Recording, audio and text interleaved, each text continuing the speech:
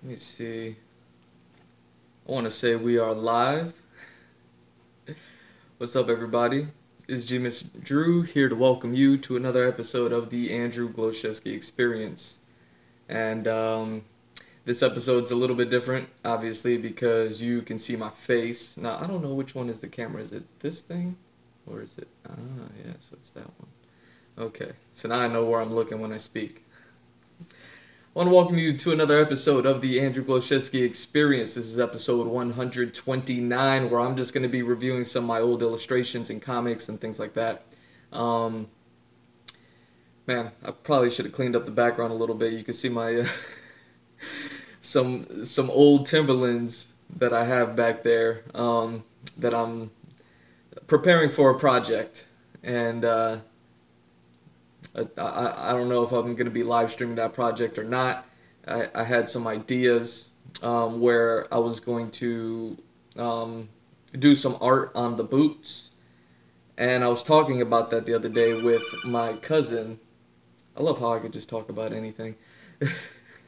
Just give me a subject, I'll start talking. I didn't plan on talking about this. Oh my God, who are these? Uh, who's?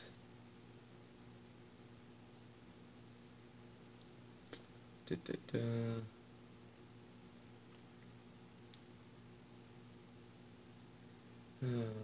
Boom. And look at these people. Sorry about that, man. I had to stop and handle a couple of yahoos coming in here. Um, I love how that happens. Either way,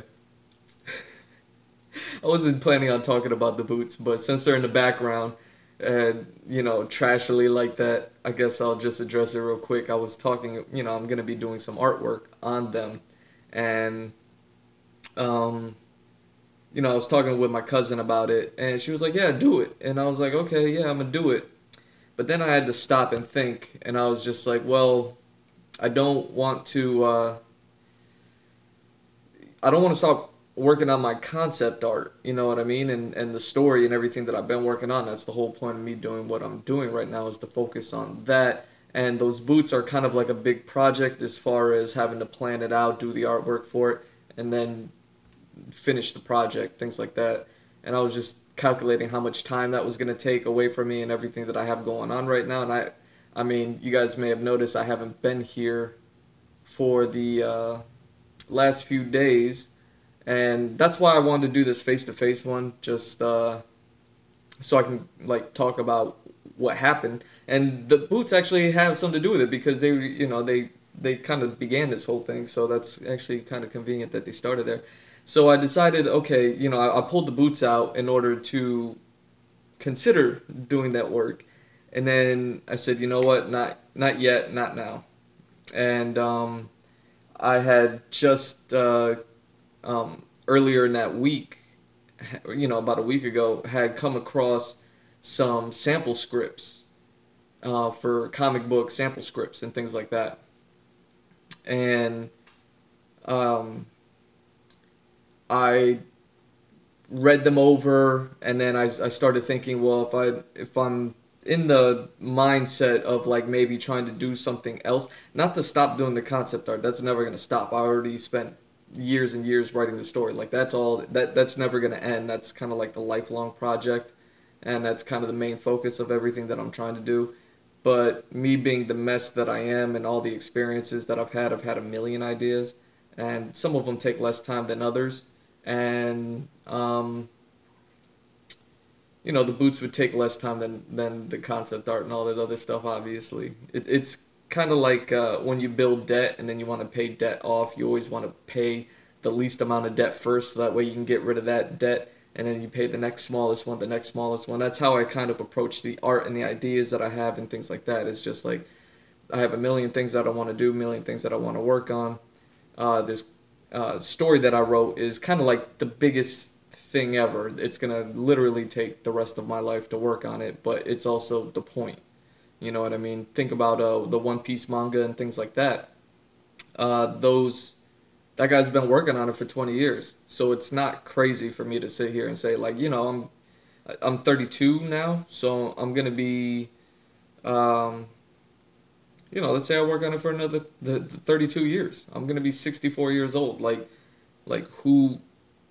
That's not that crazy of an idea. If Oda started One Piece, 20, 25 years ago or something like that, he's 25 years older than he was when he started it. So when he started, he was like a young man or something, maybe. So, I don't know. And then now he's like an older gentleman or something. So, um, that's the kind of project that I'm working on as far as the concept art goes and things like that. The concept art is going to be taking a few years just to go, you know what I mean? Like anybody who's been watching my channel knows that I've been going through it land by land, and then when I do the land, it's environments, props, characters, things like that. I've even been doing it less so on the second land to try to minimize how much I can so I can kind of get through it faster. I don't know if that's good or bad.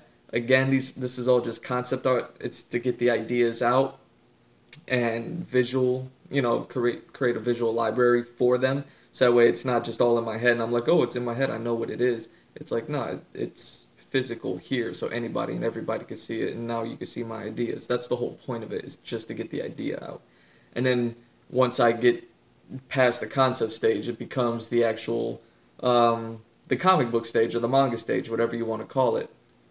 And that's when the story comes to life. That's when I actually do like the character art, and I won't be doing the character art like how I've done the concept of like trying to do the entire story or the entire world or universe that I've created, whatever you want to call it, or the entire IP. It's going to be broken down story by story. So, for instance, the story starts with my character at 16 years old. So when I start with character art and I work on my main character's character board for that story, it's going to be the 16-year-old version of that character. It's not going to be when he's, you know what I mean, like the story spans about 40 years or something like that. It's not going to be when he's in his 30s, 20s, 30s, 40s, or anything like that. And you know what I mean, if that makes sense to you. It's like I'm going to work on those things as I get to them. But as far as the concept stage goes, yeah, I'm kind of doing conceptualizing the entire world, and I'm starting at kind of the extremes, and then I'm working my way towards the the main focus of the entire story. And I actually like the way that I'm working on it because it's very random. Somebody asked me the other day while I was streaming, hey, how did I'm holding some old artwork, by the way. I'm going to be talking about this soon enough. I just wanted to talk about why I've been absent, what's happened, and things like that, just to catch you all up. And then, by episode 130, I'll be back to doing art. Hopefully that's later on today. And then I'll be back to streaming every single day again. I just thought it would be fair to address you guys because, this is a new thing that I'm doing. And the goal was to do it every single day, and I'd still like to do it every single day. Obviously, I've failed at that for the last few days, but when that does happen, when the failures do happen, I would like to address it to let you know that there is a reason. It's not carelessness. It's not, me just like brushing it off or not even anything like anxiety or social issues. It is literally I just been busy. And this is the reason why I hate putting time towards other things, like that boot project, is because they'll take time away, and then it's like, that's time I could have spent doing something else. So what I've been working on these last few days, which is what I'm going to be talking about, in this whole stream about the whole reviewing my old illustrations and comics and things like that, is just as I was thinking about the boot thing. And I was thinking like, nah, don't do it. I also came across these sample scripts of comic books. And what a sample script is, it's exactly that. It's hell, I think I got them on my Dropbox over here. So, sample script is essentially, let me see if you can see this. So yeah, it's basically somebody scripting out a comic book, with paragraphs of details, characters, dialogue, maybe sound effects, things like that.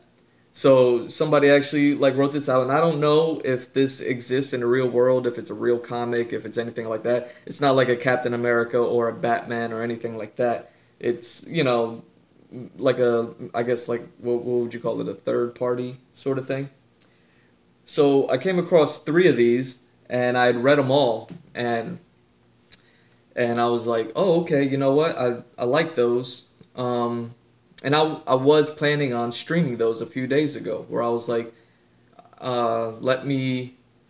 I broke down the scripts. I broke them down by character, panels, pages, all the amount of work that it would take to work on them. I liked all three of them because they were all different. One of them's kind of Conan-esque, another one's kind of like Iron Man-esque, and another one, the third one, was kind of like a I don't know, a young Spider-Man, like a Spider-Boy, Superboy type of thing.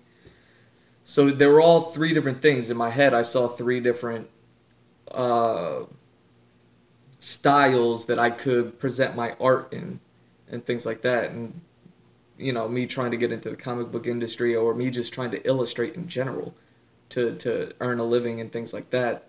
That's what I'm doing here on Twitch, is trying to earn a living as an artist. Me putting my pencil to paper, live stream it, broadcast it to the world, and earn a living. That's all I want to do. I have a family that I got to take care of, that I want to take care of. I have myself that I have to take care of. You know what I mean? So it's like, yeah, I want to earn a living drawing. People do it, so why can't I? So that's the goal for me.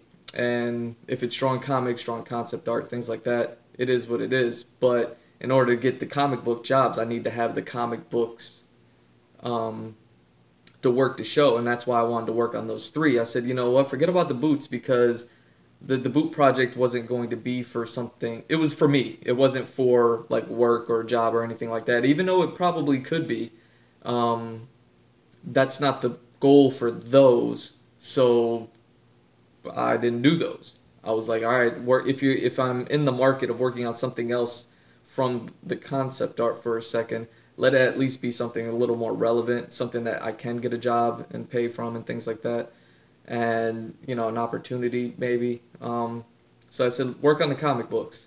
And then I had a conversation with my dad, and I was talking to my dad about it, and I was like, oh yeah. I was literally setting it up. I had the stream set ready to go because I had the everything broken down ready to go, and I was just like, I was gonna start a stream of me working on a of me working um, on a comic book, how to break down a script, how to separate the characters, how to create the character sketches and keep those to the side. So while you're working on the book, you know what I mean, you have those little references, and it was all going to be done quick, and it would have took maybe a week or two, probably 3 weeks to work on all three stories, worth of videos and things like that. I thought it would have been a commendable project to work on, and something that would be fun and different to share and things like that, to show that I'm more than just this guy who's doodling in his sketchbook. You know what I mean? Um, I have my sketchbook here. This is the infamous sketchbook, and this is the latest one. But you can see the scale at which I'm working and things like that. And oh yeah, let me see. I could probably back up a little bit, right? Hopefully y'all can still hear me. But yeah, this is the sketchbook, and you can see like everything that I'm working on as far as like the concept art goes and things like that. Like, everything is pretty much there. And you know, I mean, I talk about all this stuff enough, and if you follow my channel and everything like that, you're aware of everything that this is and all that this is.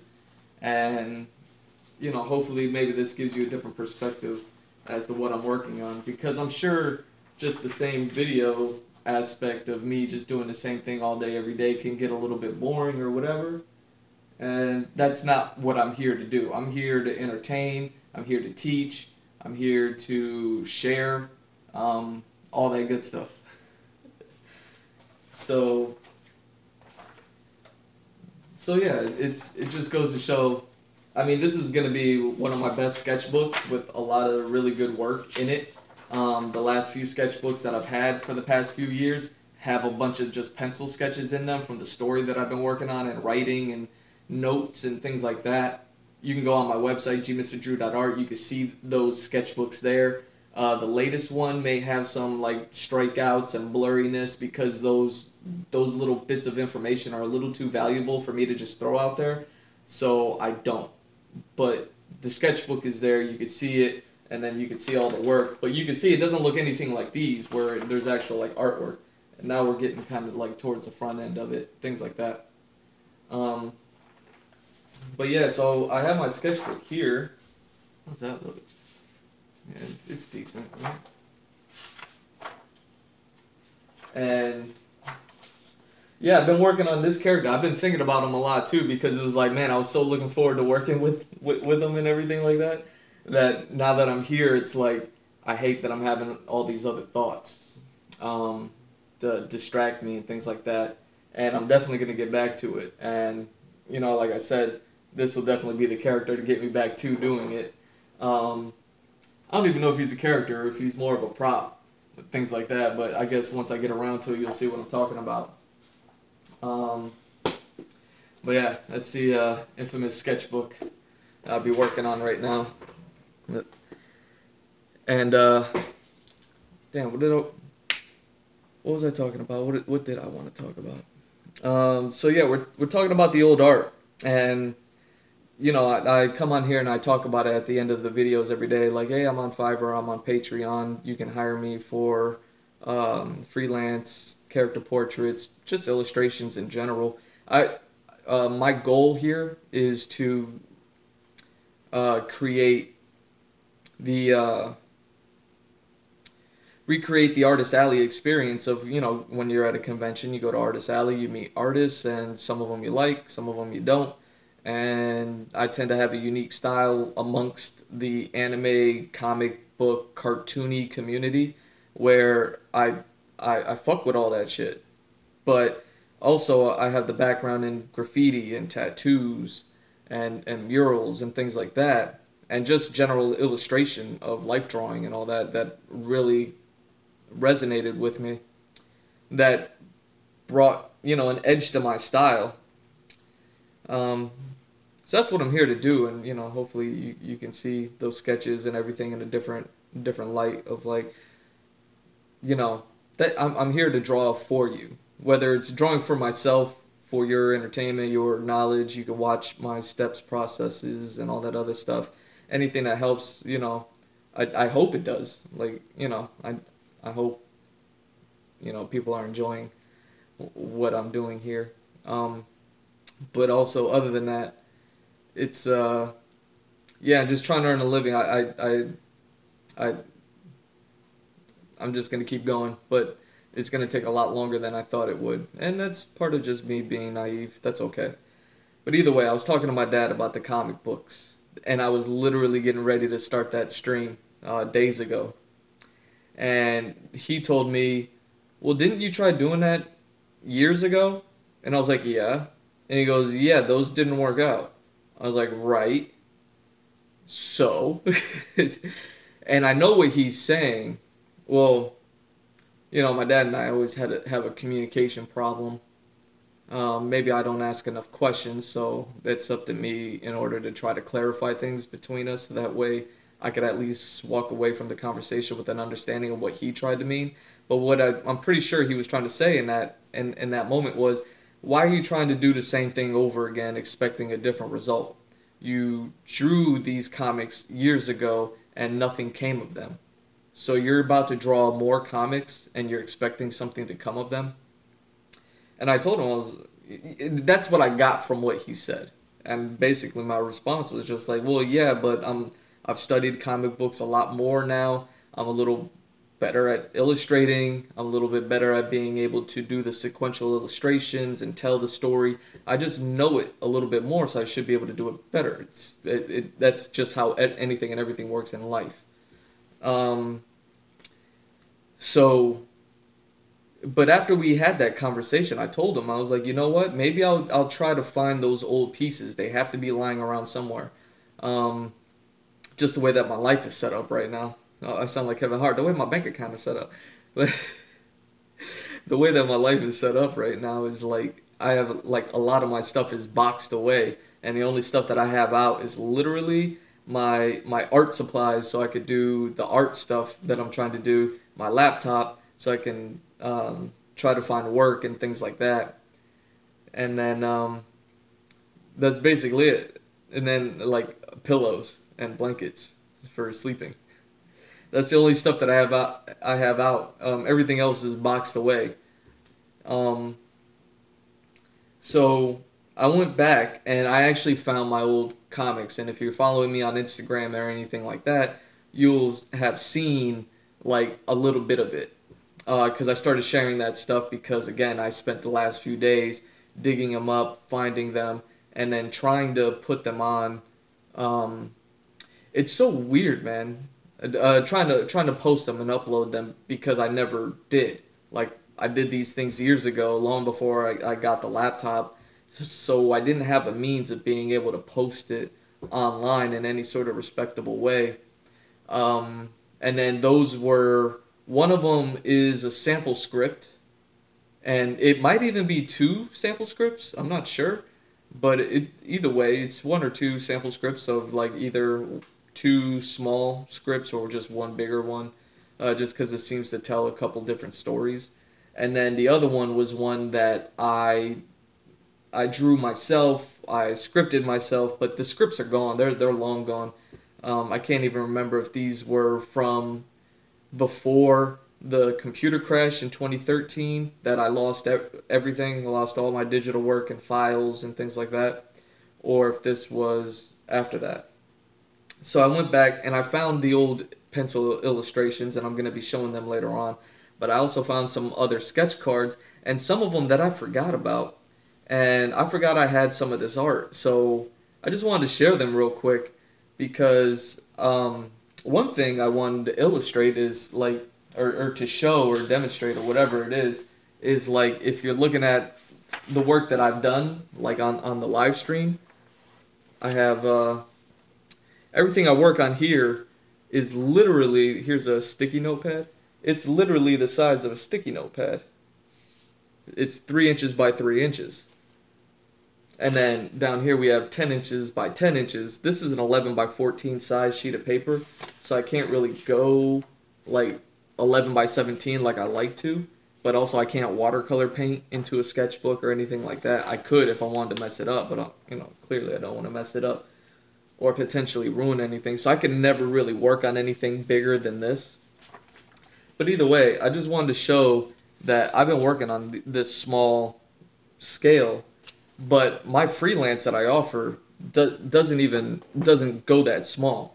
That's really just to get the ideas out for me, to get the ideas out quickly, to render them out, make them nice looking for people, and then move on. But my freelances, they start at 4x6. Now, I guess you can look at a sticky note and see those drawings are about this big, and the 4x6 is the smallest that I offer my freelance stuff at.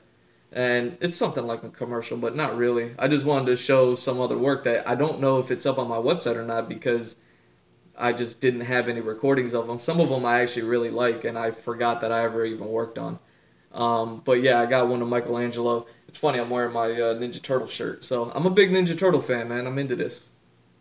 Um, but yeah, I just wanted to go over and show some old sketch cards that I did. I mean, this one was back in 2015. And what year are we in? 2021. So this is 6 years. I mean, this is August 16th, 2015. So we're going on 6 years. This is like a 6-year-old drawing, and I'm better now than I was when I did this. But this includes watercolor painting. I probably talked about it on a stream before, but I used to use crafting paper. I would kind of weave in and out of like the store aisles at art stores and things like that. And one day I came across crafting paper. Not that I care about crafting, that's for like old ladies or something. But I felt the paper and I was like, ooh, this paper's thick and this book is cheap. I was like, I can get thick paper for cheap. Now the only catch was the paper has it's crafting paper. So there's like crap on the one side of the paper, but on the back side of the paper it's blank. And I was like, "Oh shit." I was like, "I'm going to buy this book because it's cheap, and I'm going to pray to God that when I do artwork on them, that the artwork on the back doesn't bleed through. Like when I do watercolor painting, that the water doesn't show the artwork on the back through or anything like that." And I got lucky most of the times. Like most of the times you probably didn't even notice that there was like crap on the back. And you still can't even really see it. Like this is some really thick paper that can take the watercolors and can take the abuse of layering media on top of media and things like that. So yeah, this was one of my favorites, man. And this is back when what maybe the sequel movie came out. Probably that's probably why and when I drew this. Um, I saw that I tried to do like some other ones and it didn't look as good. So for whatever reason, man, I don't know. I don't know if they're in this pile or not. But yeah, that's a 4x6. I did this one, and it's almost like Batman's chest symbol, his logo on his chest. But it's more of a demonic devil bat lady than an actual bat, things like that. Well, I don't know. I thought it was interesting. It was probably when the BVS came out. What is this? Is it one from August 19th, 2016? So yeah, it is the same month. Um, actually, yeah, the same day. Did I do those on the same day? Shit, I was killing shit back then. Um, but yeah, because I can see from like the texture in here that it almost matches the texture on the suit, Superman, Batman's suit that they have. Like they have that, and just some interesting stuff. I don't know if I should be sharing these or like publicly or not. Like on this stream is fine, but what I mean is like an actual picture. But I met the voice actor for Space Dandy, and he signed that one for me. And at a convention when I'll sell art and I do conventions all by myself and things like that, which is probably why I started to lose money, was just because trying to do everything by yourself and you're trying to talk to people to try to get them to buy things, but then you hold up the line and then people don't want to wait and then people don't end up buying things, and then it's difficult to try to do a convention all on your own. Uh, Definitely get a partner, get some help, get an extra set of hands, cut them, give them a piece of the profits so it's worth their time, definitely. But yeah, when conventions start back up and I start getting back out there, that's going to be the plan. But either way, I would abandon my booth, and that's just losing even more money, um, to go and get signatures. And when I saw the Space Dandy dude was around and I was like, oh, he's signing stuff, I ran over to him. And the guy was cool because his booth had shut down and he stayed late for me so that he could sign it. It meant a lot. It meant a lot to me. So I really like that. Um, I have the signature of Shake Master. I got to meet him, and not Meatwad or the Fry Guy. I figure I'll save this one for when I do meet them, if I ever meet them. Get them to sign it as well. But yeah, I met Master Shake, and he was the guy who got me into, or really sparked the.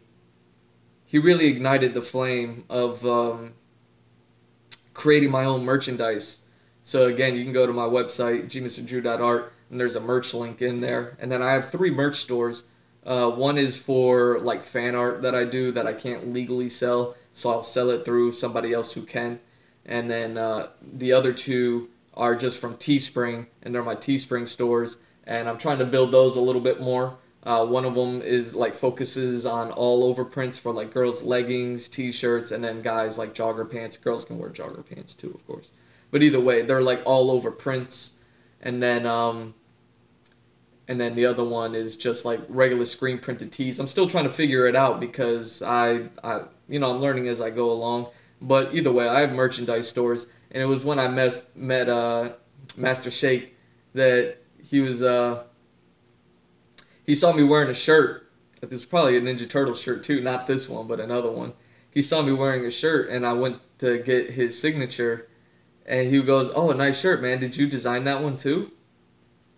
And I was like, "No." And then he looked at me so disappointed.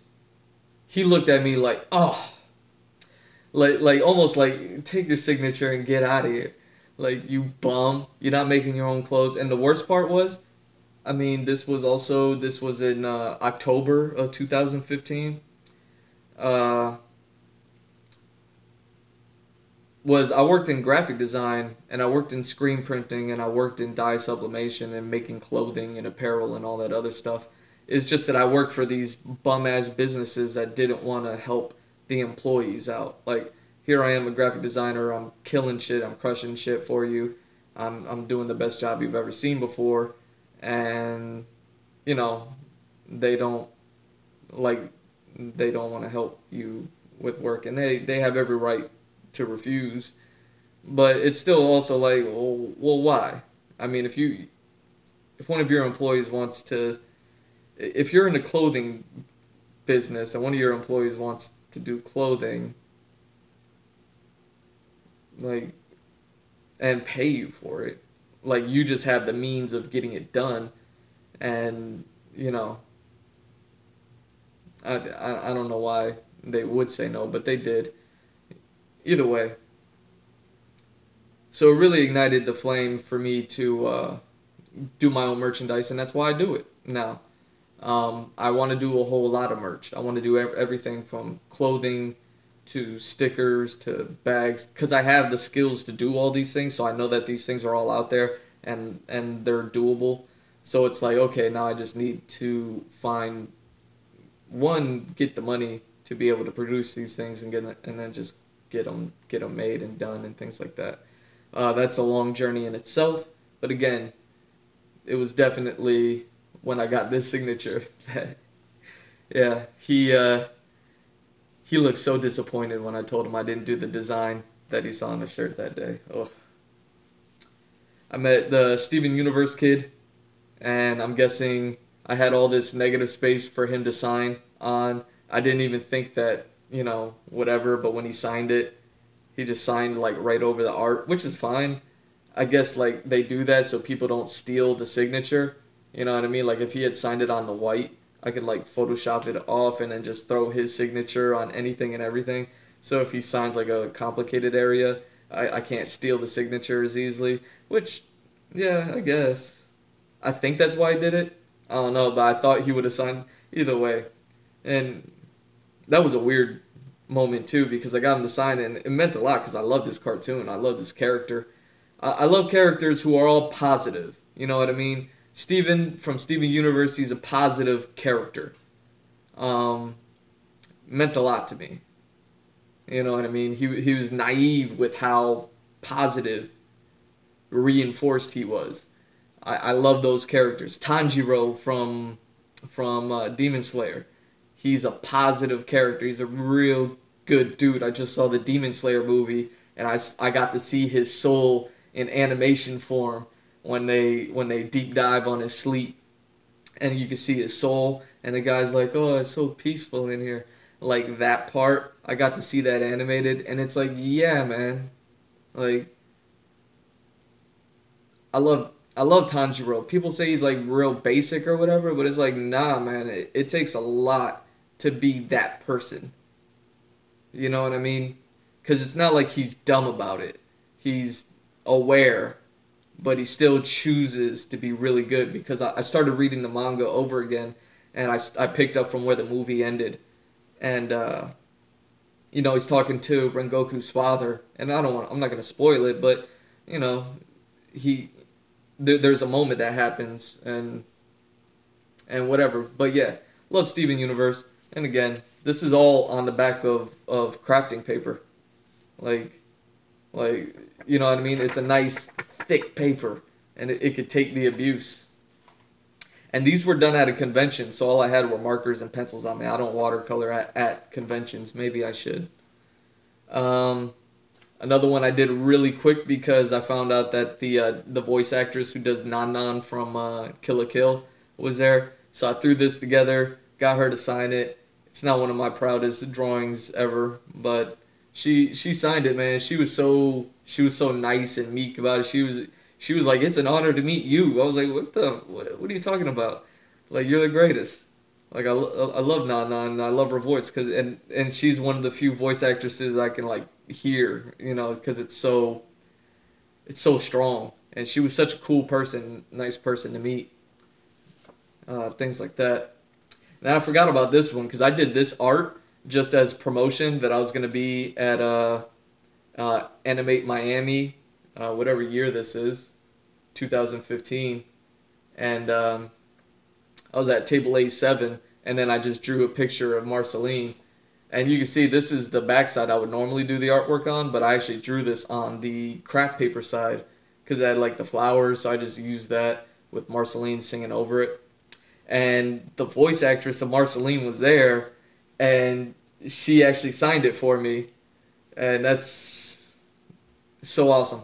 I don't even remember how that happened, but she saw it, she signed it, and she was just like, cool, and then just kept it moving. That wasn't planned, but that was cool. Same thing. I met the voice actress for Bulma. I threw this one together, got her to sign it, and again, I ran away from the booth for pretty much all of these, and I lost money in order to get these things. Um, who knows if I paid anybody for these signatures? I can't remember, you know.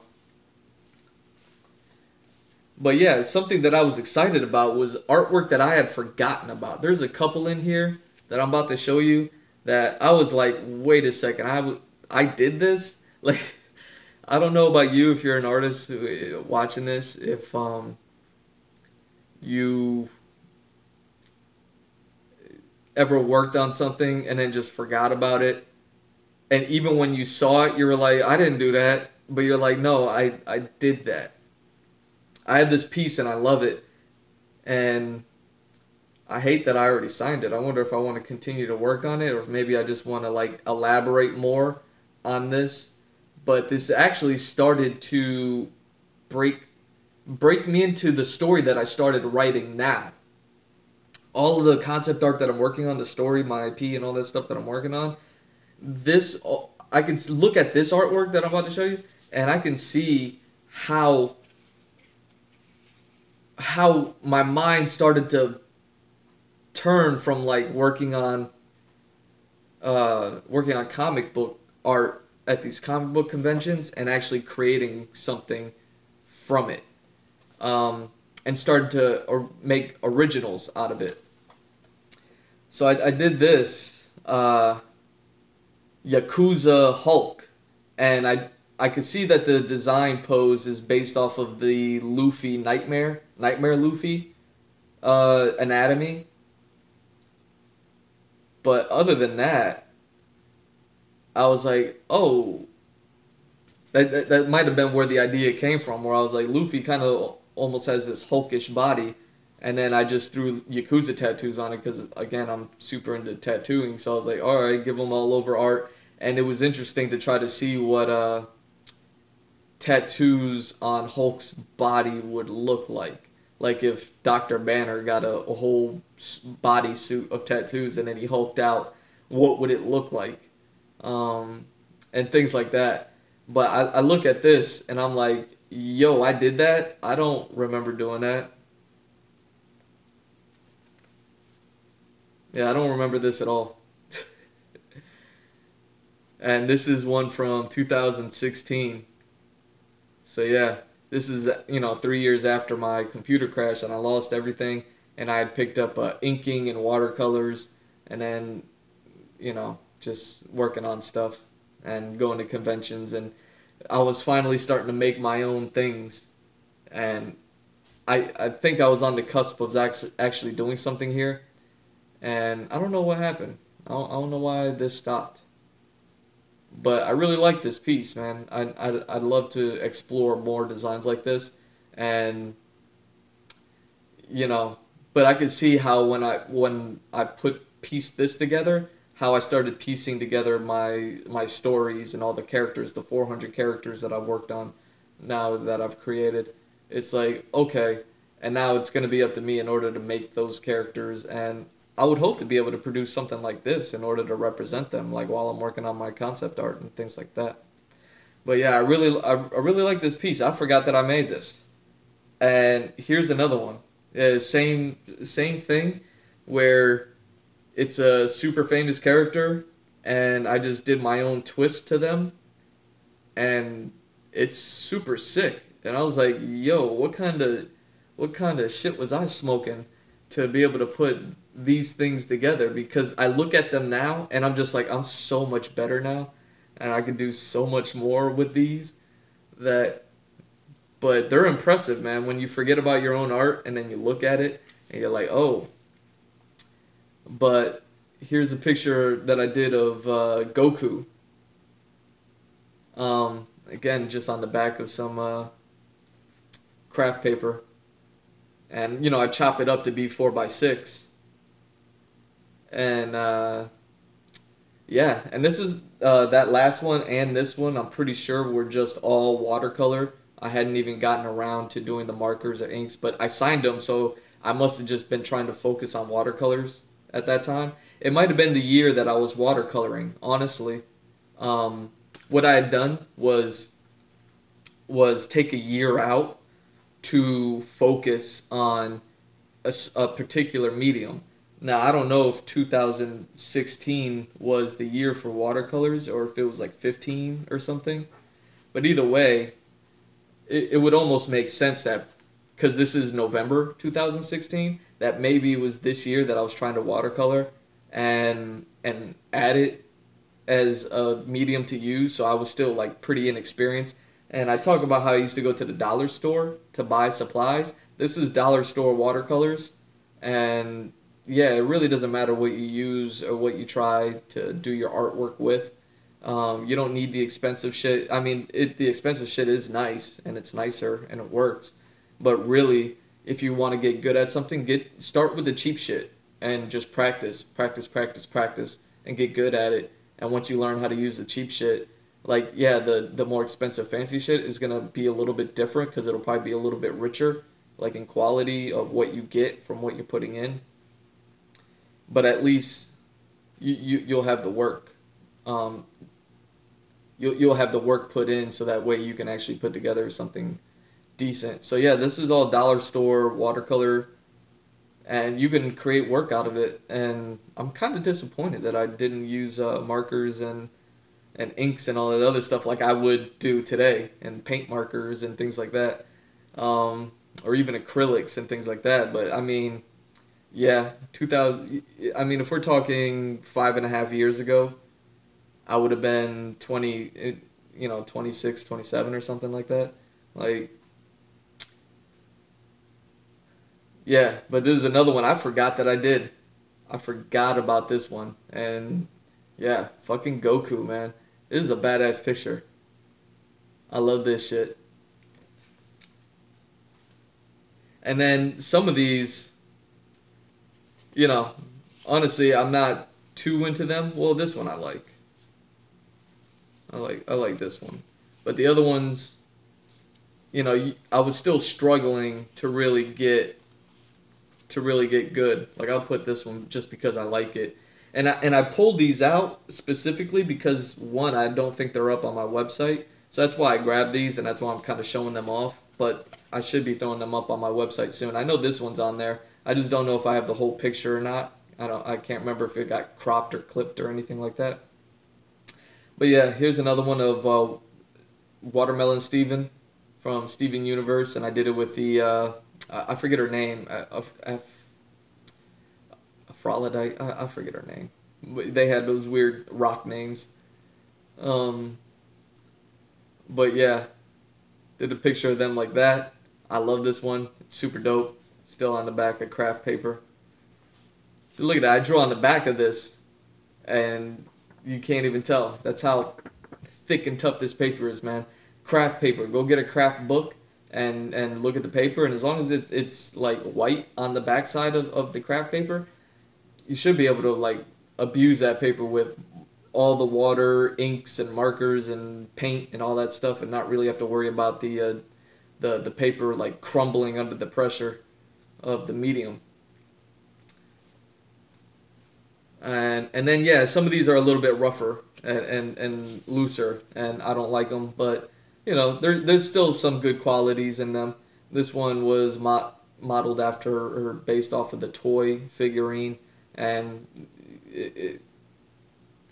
I like how sexy the black leather is, or whatever you want to call this, but the overall picture I'm not a fan of. This Zorro piece, I could draw Zorro all day, but again, not that great. Still pretty cool though. Did some Angry Birds. I don't know why. I was probably just trying to like separate from it or just add my twist to certain characters, but that's all. And just to let you know that I'm willing to draw other things. Evangelion. You know, I never watched this anime, and I feel like it's too late for me or something. Like I always imagined I would watch it with somebody who wants to show it to me, because I don't have the time to just sit down and watch things anymore, especially to take them in and oh it's so serious and whatever. Like I would imagine I would need to have like, I don't know, date a girl or something who's like really into it, and then I'd be like, yeah, for sure, show me. And then you know I'll have somebody to watch it with, and like you know they can tell me all about it. But yeah, I mean her waist gets really super thin here, but I mean I gave it a go, gave it a try. And yeah, you can see my style is a lot looser. I would actually highlight all the sketch, the sketch that's underneath that I use to construct the characters and things like that. Like you could see that I would actually use that and add to the entire style and things like that. I think I started cleaning up me doing that, so I don't think I really do that anymore. But yeah, I recall doing that. I mean, style-wise, it's pretty cool. You know what I mean? I get to draw these lines across faces, and it doesn't make it look bad, but it makes it look bad. So I stopped doing that, and I learned to clean things up. That's why I clean things up now, because it's like, oh yeah, I used to leave those things in. And then yeah, here's just another one, just of Wolverine. So you could see I was all sorts of struggling. And I think this one was him coming through a BAMF or something like that. I forget.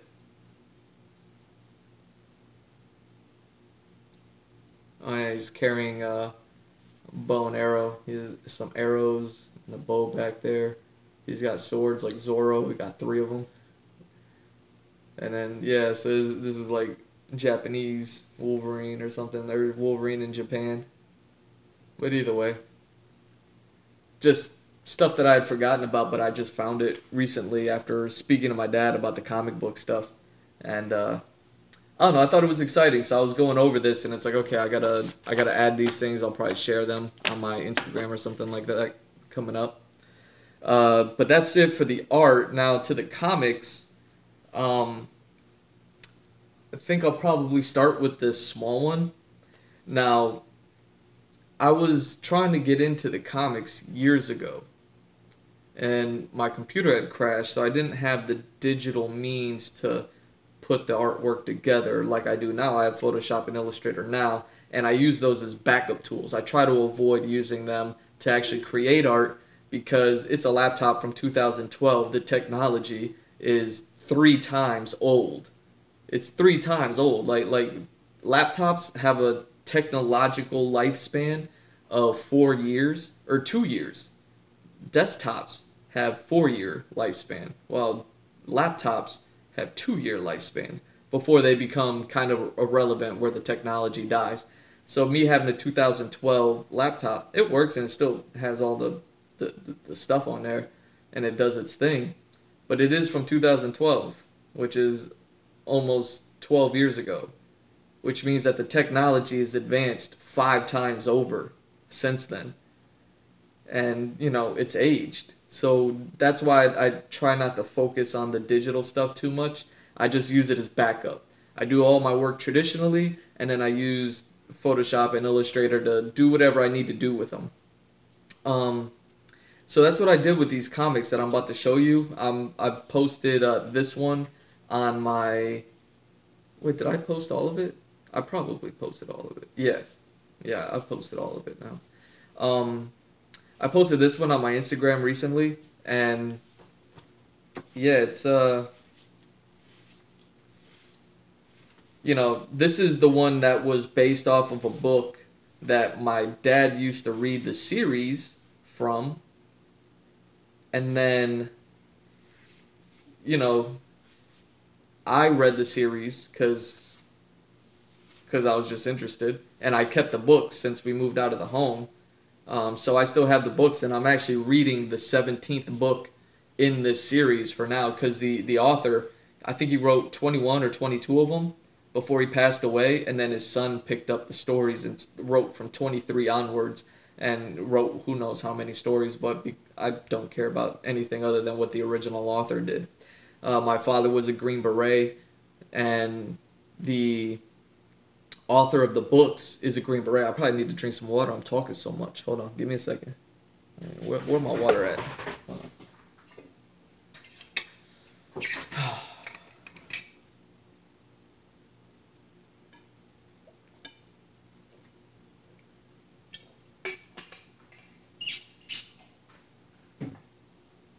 Okay.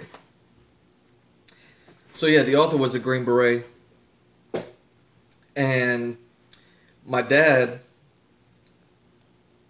we were trying to set up something of like make a comic for the author has passed away. His son picked up the mantle from the dad, or he got the rights of the books and the publishing, the character, whatever. He got the rights, and now the son is old as dirt. Like whoever has the rights now was like in his 90s or something, like something crazy like that.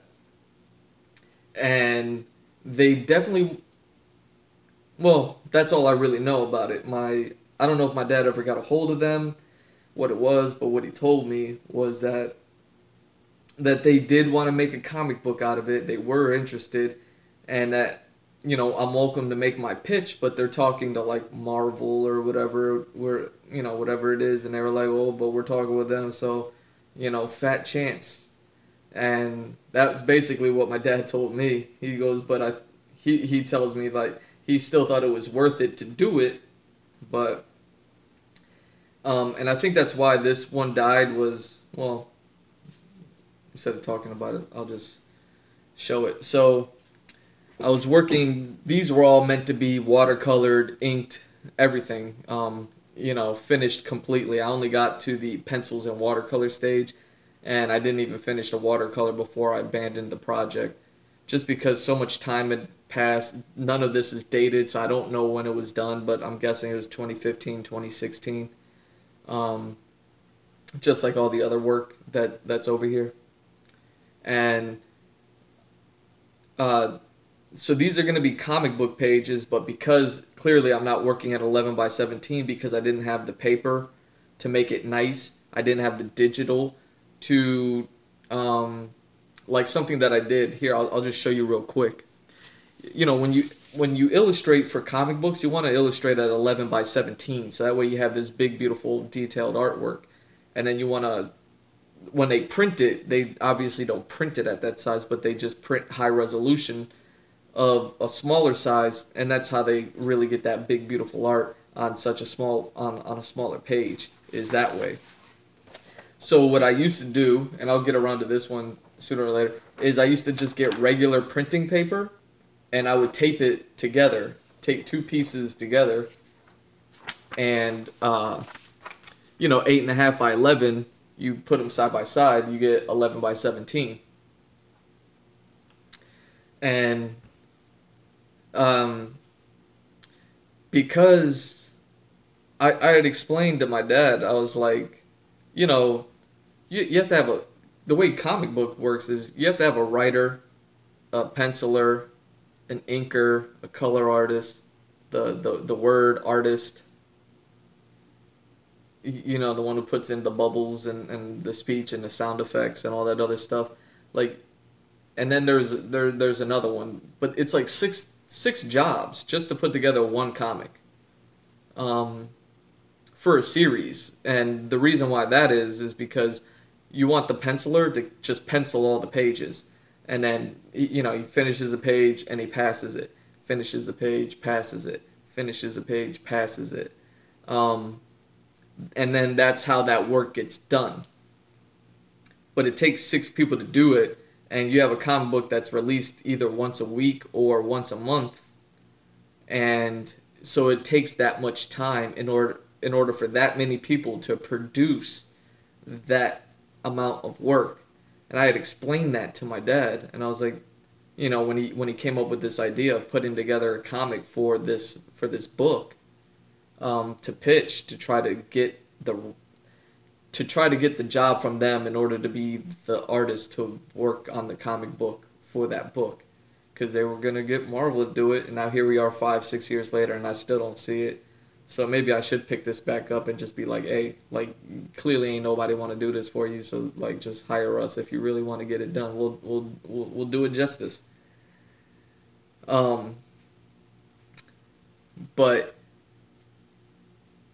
so that's why I drew these on smaller bits of paper, was because if I was gonna be doing six people's job, but I still needed to get it done right away because I think like I had like a 2 month window to produce a comic while having a job and no money. It was like it was like, okay, well, the only thing that I could do is to do it this small so I can get the inks, the pencils, the colors, the word bubbles, I can get it all done within that time. And I think I just gave up just because it was just like I'm not gonna get it done. Maybe I don't know. Maybe I just didn't have any confidence in the work. I forget what happened. But yeah, I was doing the work, and it was like I had read the book and I wrote the script myself. I lost the script. I don't know where it is, so I don't really recall everything. But I do know like we're outside of a specific museum here, and I'm sure I could read the book again and then kind of jog my memory of this storyline and things like that. But yeah, so we're outside of a museum here, and then we're inside of a museum here. And because I was working so small, I did everything almost. I did a lot of fish eye lens perspective, of like a short camera lens perspective. So that's why I warped everything to kind of have this bend to it. I thought it was interesting. It always you do things like that. You morph the perspective to try to fit more of the environment into the shot. Now this specific statue is actually pretty well known, so people would have recognized it from that. So I was like, okay, I really didn't need to do that there, but I threw the flag in the background just so we know, okay, we're in America. And then we're on the outside. But inside, we have this going on. And I think this is a real museum. I can't really recall.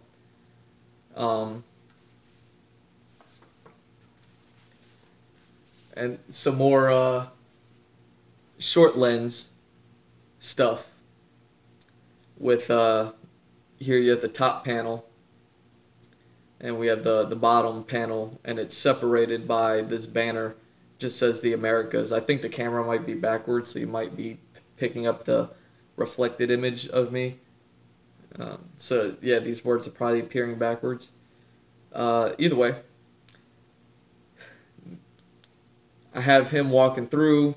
Has Chinese or like Italian or European pottery on this side, Roman pottery, and then like Chinese pottery on this side, and then like lights are overhead, and that's just him with like a fisheye lens, almost like you're looking through a camera at the doorbell or something like that, and you know, or looking through the keyhole or the eye hole of the door, the peephole. So yeah, just did that to kind of show like this guy is like flying through the museum and how happy he is. And if I had the words and the speech bubbles in there, that's where what that would be talking about. Until he got to the Americas part of the museum. So here we have him walking and just museum background, and we know we're in the Americas, and that's why I threw in all the Americas flags in there. Not just North America, but the Americas meaning North, Central, and South, and then all the countries within them, within those continents.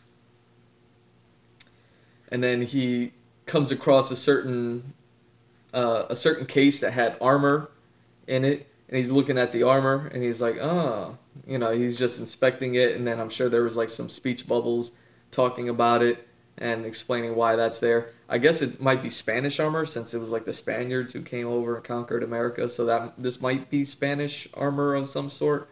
I don't really recall um, how this worked out because it looks kind of Roman to me, but either way, I forget the old thing.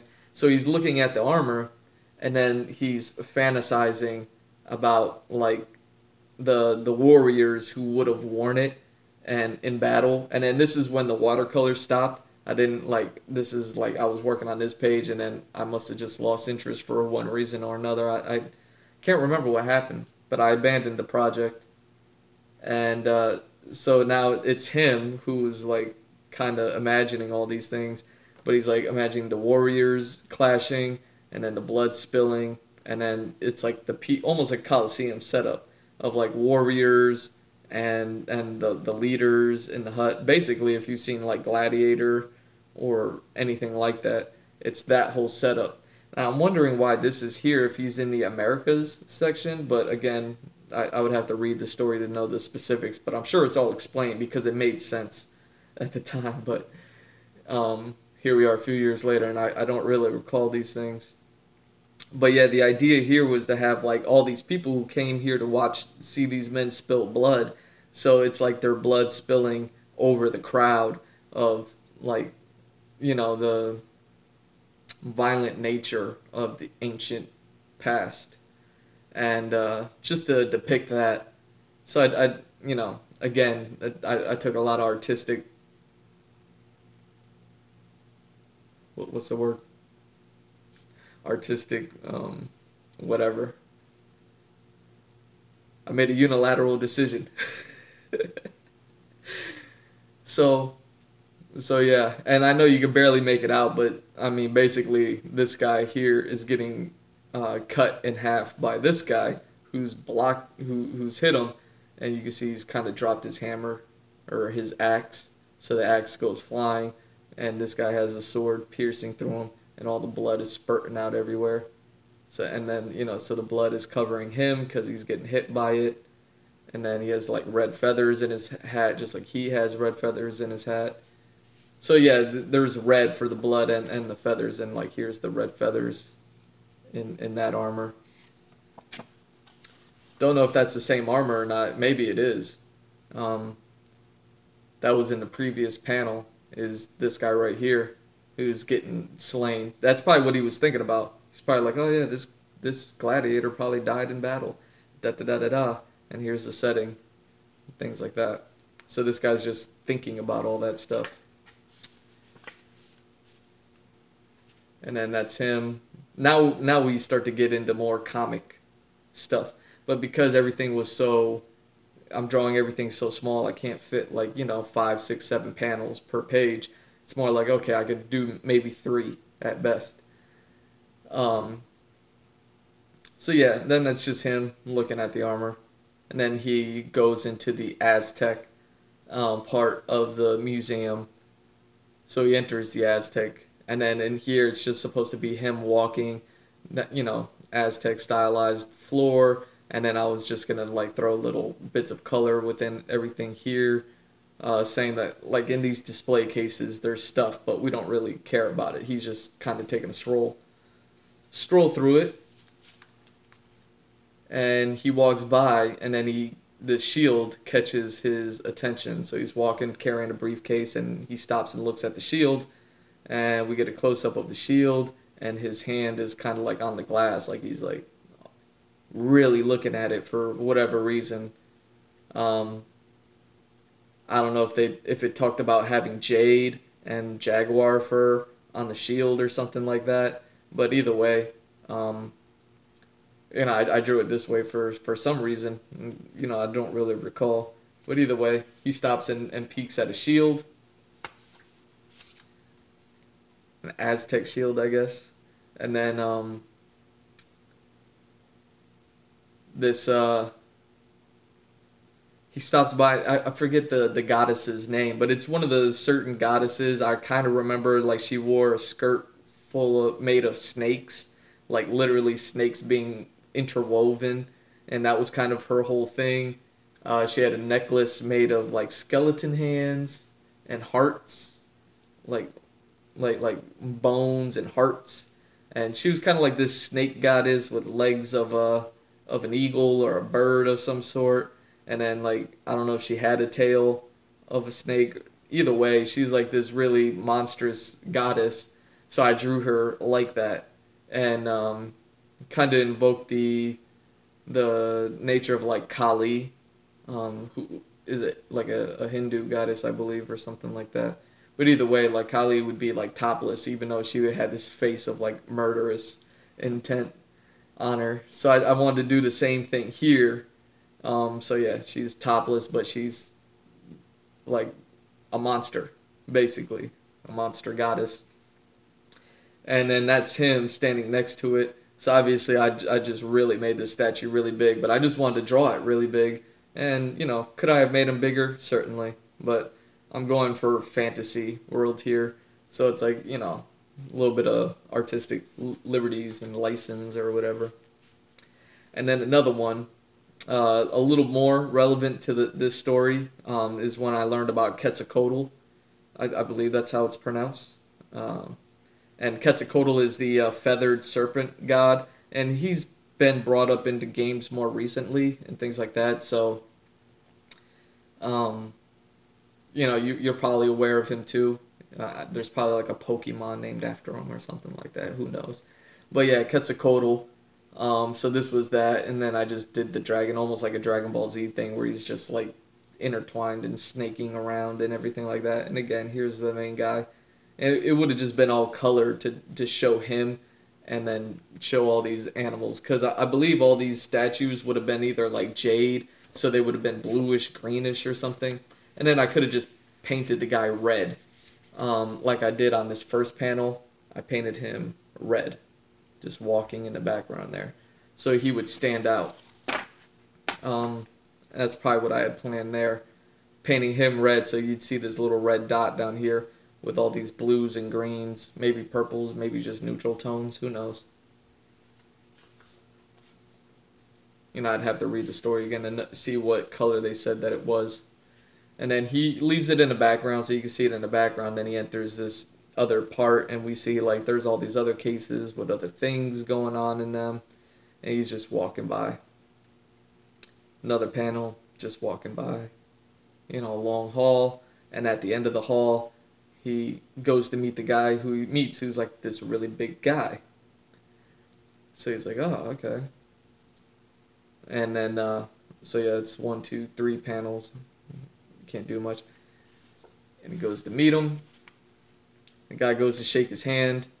And he's like, hey, how's it going, doctor, or whatever his name is. And he has his hand in his pocket. I hate the anatomy in here. I hate this picture. It is really bad.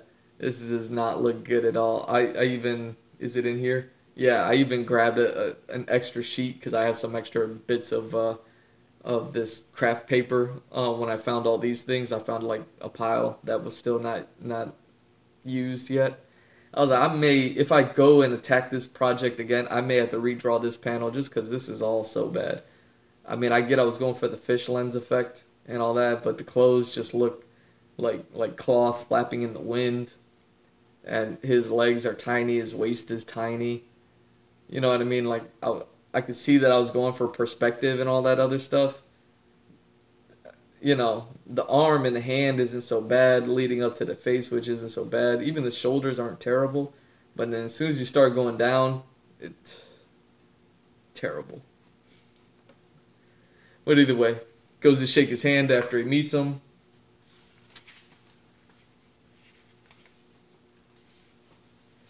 And then he presents to him an arrowhead, and he's like, "Oh, hey, we talked about the arrowhead over the phone or something like that." And then he recalls his memories of when the doctor originally found the arrowhead, and this is why the doctor, he's a lot younger here and things like that. And this is where the doctor originally found. He goes, "Why is there like an ancient arrowhead inside this guy's thing?" And the rat is the medical tents in Vietnam or something like that, I believe. So they're in Vietnam War, and this doctor comes across this soldier, and in the soldier he finds this, doing whatever surgery on him. He finds an arrowhead in him, but the arrowhead is like from the Bronze Age or some shit. So, um, so he's just handing him the arrowhead to be like, "Hey, you remember this?" And this is him, flashback remembering when he had it. Um, and now he's seeing it again, and he's like, and they're just talking about it, like reminiscing about the past, because obviously we're not in the Vietnam era anymore when all this is happening. This is more like up to date. So the doctor's a lot older now, and I forget what this panel was about. I think it was more like the doctor was like, "Oh no, I gotta keep this arrowhead, man. This is whatever." Maybe the guy was asking for it back. I forget what the dialogue was here, but he says something to amuse him, and that's why he smiles so close up on big man smile. And then he grabs him by the arm and he says, "Hey, let me show you something." And he brings him over to one of the encased items and things like that. And then we look at the item that's in there, and it's of a whatever, the face mask or some shit, headdress. And remember, they're in the Aztec things now. So this is why the story was so interesting. We've already talked about the old Bronze Age arrowhead, Vietnam War. Now we're in the Aztec things. You can see how like time is playing a part in the story, and these characters, and why does the doctor matter? Who is this guy? Things like that. That's what the whole. That's why these stories are interesting. Like I said, I'm reading the 17th book. I just started it today because I just finished a Conan book last night. So I'm flip-flopping between Conan and then these books. So, close up on what they're talking about. I'm sure there would have been some speech bubbles or idea bubbles or something. And then the two of them panel talking about it. He says something, maybe, I don't know. But they're talking about it. And then it was a splash page. So let me see if I can straighten this out. So a splash page, basically,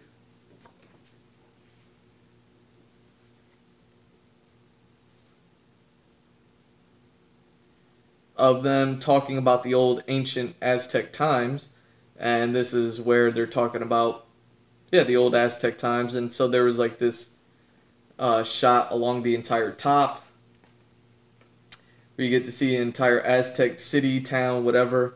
So I remember referencing old Aztec temples and then having to research what people thought that they looked like back in their heyday, things like that. So that's what this would have been. It's a good panorama shot of it.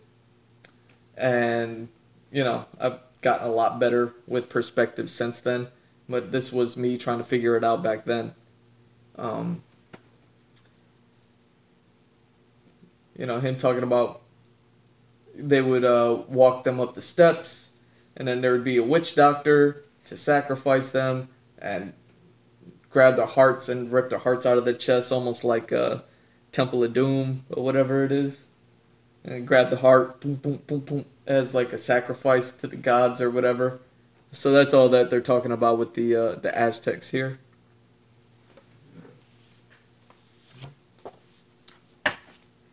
And then another spread page where they're just talking, And then he has this look on his face. So I'm sure that this was like, oh, but take a closer look, doctor. Blah blah blah.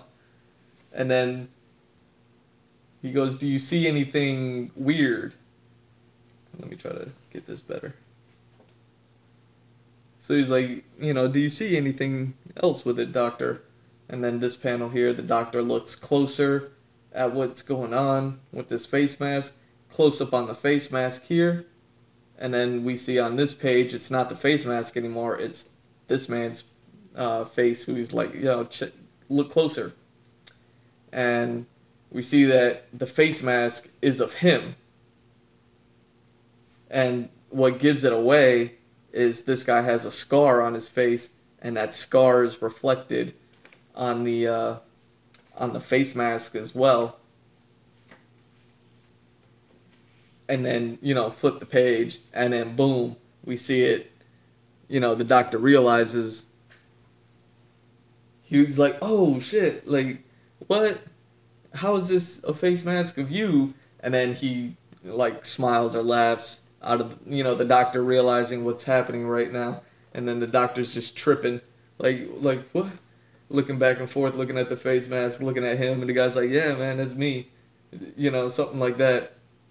And he's saying something about it, and he's probably like bringing out like, oh yeah, so that's not a crack in the jade that you're looking at. That's actual scar that was put in by the sculptor who made the mask. Actually put that in there to, for them to know that it was him, because the whole Quetzalcoatl thing, I think, derived from that guy's scar, because his scar kind of like snakes down his face.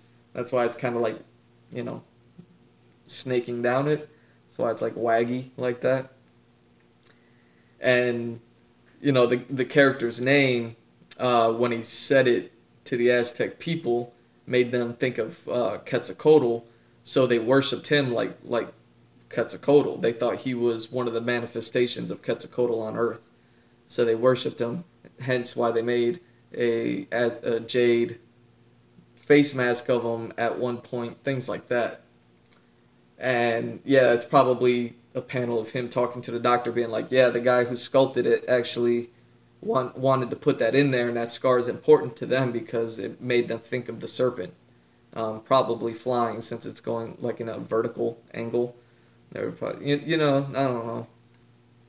I forget. And then, yeah, broke it down where they're talking, dialogue, camera zooms in on the jade eyes or something like that, the ruby eyes, the emerald eyes, whatever it was. And because the eyes were like embedded gems into the jade mask, so I had the eye play in the background of this whole thing. And that while they were talking, I kind of remember in the book the doctor saying, like, looking into those eyes, you could see the history or whatever, and you can imagine the story to unfold, or something like that, something flowery like that. And then the last panel, and for the pitch to say like, hey, let us tell your story for this, was just a splash page of the entire story of what this book was about.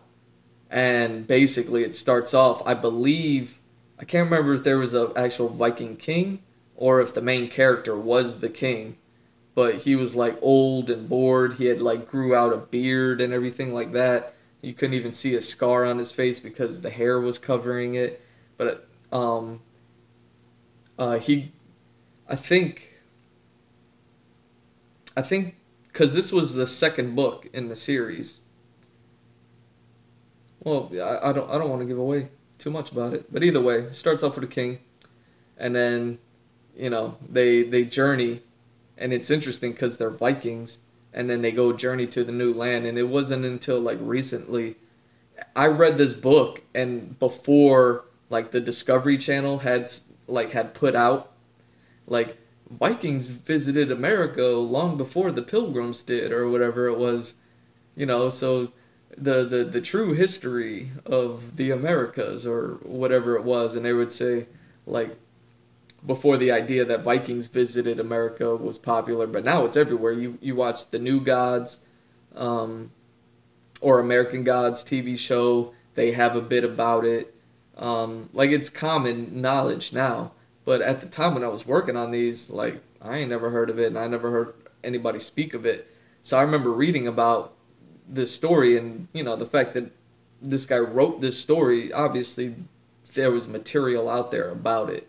So even us just learning about it a few years ago wasn't that big of a deal, but either way, I thought it was really interesting. There's a really interesting part of the book where it's like the Vikings encountering the Aztecs for the first time, and I was just like, my brain was going wild with the imagery and everything like that. So yeah, you have Old Board King. You have these Viking ships coming up towards, the American shore, and this is like the king and the priest or something like that for the Aztecs. This is the girl who was in charge of watching over this Quetzalcoatl incarnate. This book is this series is always about like action and there's action and fighting and things like that. So there's like battles that go on in there, and this is like the main character fighting the big bad in there.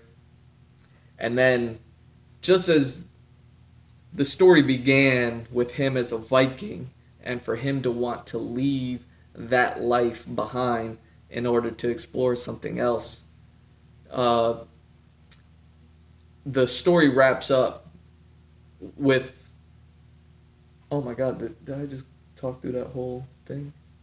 I guess so. So, here, let me rewind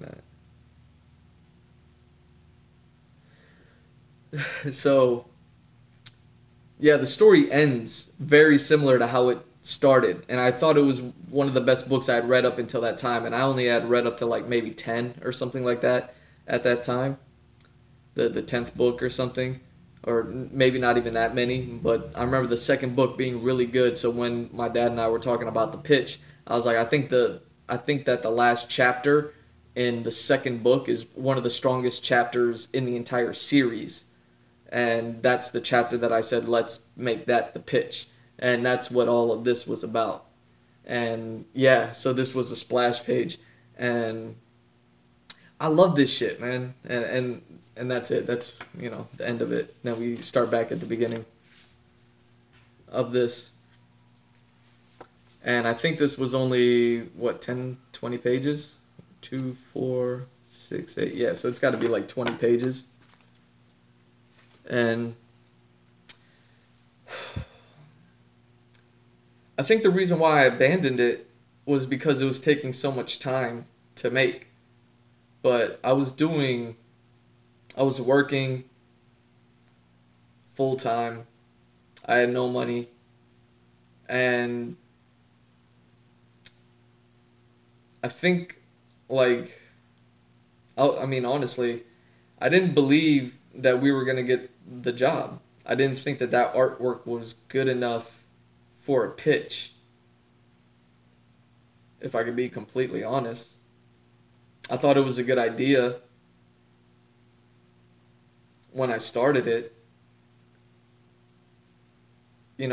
but it being 4x6, I don't know, I guess maybe it was just a little bit too weak sauce for like a pitch, like the more I got into it. But now looking back years later and having forgot about it and thought I lost it, now refinding it, I'm like, you know what? I probably could have finished it, and at least it would have been a finished product, whether or not the pitch would have actually worked out or not. But I also remember, like, my dad saying, like, oh, they were interested, but they're not really interested because so much time has passed since we had the idea. And I just remember being, like, really turned off by that thought of, like, hey, man, I told you, you have me doing 6 people's job. And that's 6 full-time jobs.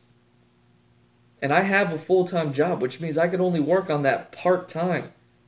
So I'm doing a part-time job of six people for a full-time gig.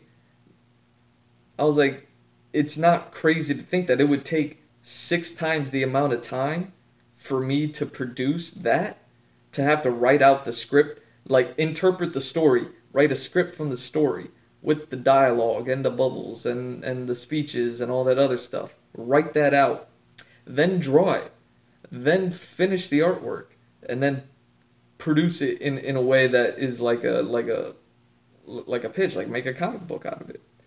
I was like, you asked me to do the job of 6 people, and I told him that before we got started. I was like, it's gonna take a long time. If it takes 6 people a month or a week to make those things, it's not crazy to think that 6 full-time jobs to do that, it's not going to take me 6 to 12 times the amount of time it would take to normally make a comic book. Um,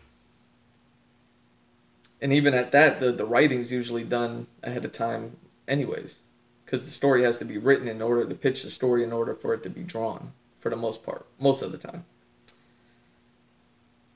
So it was like, okay, you had 2 months to write and do all this. And then I think like after maybe a month or so, and I wasn't anywhere near done. I think that project just died because of that. You know, my dad and I have communication issues where I don't feel like he heard me if I'm like, hey, you had me doing the job of 6 people. Like, and there was no incentive to do it other than like we're gonna pitch this to the owner. And my dad swore that he spoke to the owner, and I'm sure there was even a point where I was like not not convinced that he actually did speak to the owner, who had the rights of the story or anything like that. Thinking of the story that he told me of like he contacted them, but in all this time they never contacted him back, or he never contacted them again to keep them up to date or anything. So it was just like, well, are these people even interested in a pitch? Because I get that we want to work on this because it's something to do and it's an opportunity, but is the opportunity even there? So I think after like a month or so, it was just like, this isn't gonna get done. I don't see it getting done in the time that he gave me to do it. And there, he wasn't paying me for doing the work or anything like that. And if these people were in talks with Marvel or whoever for them to produce it, which they never did, because I keep up with the story, so I try to see, is anybody actually working on this? And there isn't. So it's just like, just didn't seem worth it anymore. I'm killing myself over this project for people who just didn't seem to give a fuck. Had my dad thrown some money at me in order to get it, would have provided some incentive. Had he put me in communication with the owner so I could hear directly from the guy who had the rights of it, of like, yeah, definitely, like, even though we're in talks with it, we definitely want to see that. Like, I don't even know if that conversation ever happened. And I think as time went on, as I was doing all this work, and I was like less and less convinced that the 4x6 art scale that I was working on, even though it's still, all the work is there and it is a comic and things like that, yeah, I was just dissuaded.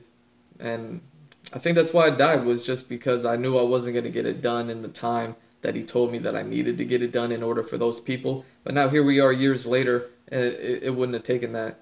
And it was like, well, then why the fuck would it matter how much time I put into it? Why was there a 2 month window? And why wasn't there, like, let's say a 2 year window? If it's going to take me 6 months to a year to produce that,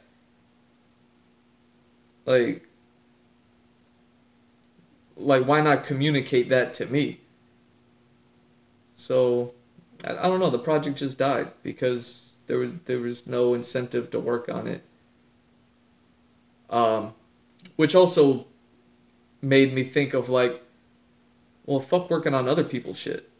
You know, work on my own shit, and that's what I do now. But that's kind of what fed into that. You know, I could do fan art all day.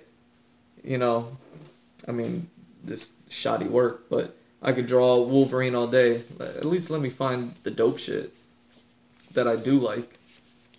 You know, at least let me find those. Where they at? I love these two. I can't believe one, I can't believe I did these, and two, I can't believe. But like, dope shit. Like this. I mean, these are only watercolors, and I could definitely. But the ideas behind these, me drawing Goku like how I always saw him,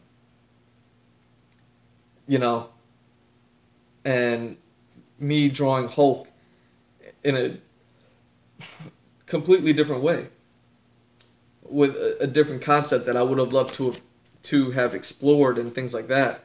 And you know, maybe I could make a pitch to Marvel and be like, "Yo, like, you know, y'all did the zombie universe, and you know, that is what that is. Why not do like a Japanese universe of it?" But yeah, same thing. Like,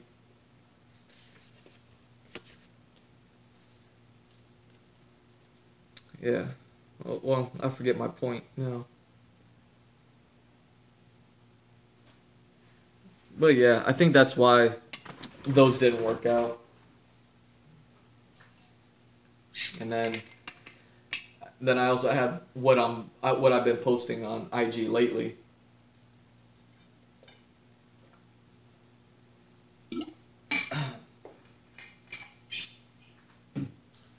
So you can see now I was showing this one off earlier, and what I was doing because I was mad broke and I didn't want to waste my good paper on drawing stuff. I would just take two papers and then tape them together. You can see I just tape them together on the back, and then I have my 11 by 17 illustration there. Now you can look at this size. You know, you can see how big that is, and then you can look at this size, and you can see what I mean. Like this is like the size of a panel art, so you can see why I dissected that panel to be. You know, I really couldn't do more than like 3 panels unless it was like something special, but I really couldn't do any more than 3 panels without making the art so minimal. And that's why I was saying it wasn't really worth it, was because it was so old or so small. You know what I mean? Um, it's a shame that that didn't work out. I wish I had more incentive to work on it. You know, when I was talking to my dad the other day, and when he goes, you know, hey, didn't you try that before? Didn't it not work out? And that's what I mean by communication issues. Like, I was like, well, yeah, but you didn't even push me to try to keep on to the project. You didn't say, hey, fuck that 2 months. Like, finish it in 6, finish it in a year. Like, kind of as I was disheartened at the 2 month time limit to try to produce that shit when I'm doing all this other stuff. You know, working on setting up for conventions and then doing my full time job and then having to just live my life and then work on that as well. It's like, you know, like as my work was waning, he wasn't like, nah, fuck that. Like fuck the 2 months. Well, you know, we'll finish it. We'll send it to him in 6 months. We'll send it to him in a year. Like who gives a fuck about his 2 months? Like we have the communication. And that was the other thing is I wasn't convinced that the communication ever happened. Because why don't I have his number? Why don't I have his email? Like, you know what I mean? Like, I don't know how the all that business works, but I think if you own a story and you're interested in getting it done, and then somebody speaks to you about doing it, and you agree to it, like, wouldn't there be further conversation, like after the 2 months was up and it wasn't done, wouldn't there have been like a hey, um, no, and again, I he just never showed me that the communication actually happened. I started to believe like it didn't happen, and that I could have finished that, and then nothing would have came of it. That's another part of why I was like, why would I work on that then? It's work that I can't use because it's somebody else's story. Um, but yeah, this was for a contest, and I was really hoping to get a job or something from it because I was like trying to get into the industry. And now we're talking around the same time. I don't know how many years ago, and yeah, I was like, I want to be a pencil artist for comics and all that other stuff. And so I started throwing these together. And yeah, man, the work is so much better. And I was even thinking about Photoshop things like this because I left the environment out of this picture. And because I was like, I could just Photoshop it in. So this could have even been when I still had Photoshop, you know, where I was able to actually digitally alter the artwork and fix everything up. So yeah, this could be 2013, 2012 artwork, nearly a decade old.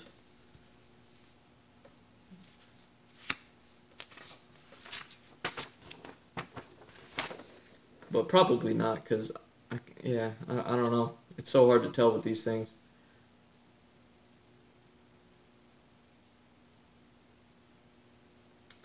But yeah, all these panels were of at least this first part of the story is like a fantasy sequence where like this gangster mobster and this guy who worked for the mob, you know, he was like a hitman for the mob or something, was having like this illusion fantasy thing. That's why everything is so bombastic and all extra because it was like it's not meant to be real. So it's just like, okay, so make it hyper violent, make the camera angles super crazy, make it so unbelievable. And then of course there's like dialogue and all that other stuff to really push it. But I was just like, I remember because of who was hosting this contest, I was so like, yo, man, I really hope something comes of this. And nothing came of it. Like, I submitted this stuff. This was one, and that's what I can't really recall, is if I did this first and then that second and saw that nothing came of that. Like, not even a response, not even a like, I probably got like a, hey, thank you for submission when I submitted, but it was like one of those like, oh yeah, because it's a high volume thing, we'll get back to you in like 3, 4 months, and then you wait 6 months and you still don't hear back from them, and it's just uh, like what, like I just did all this and for not even a thank you or a welcome or hey, good job, but sorry but not sorry, like nothing. Like I got no response from these people for doing this work, you know. Um,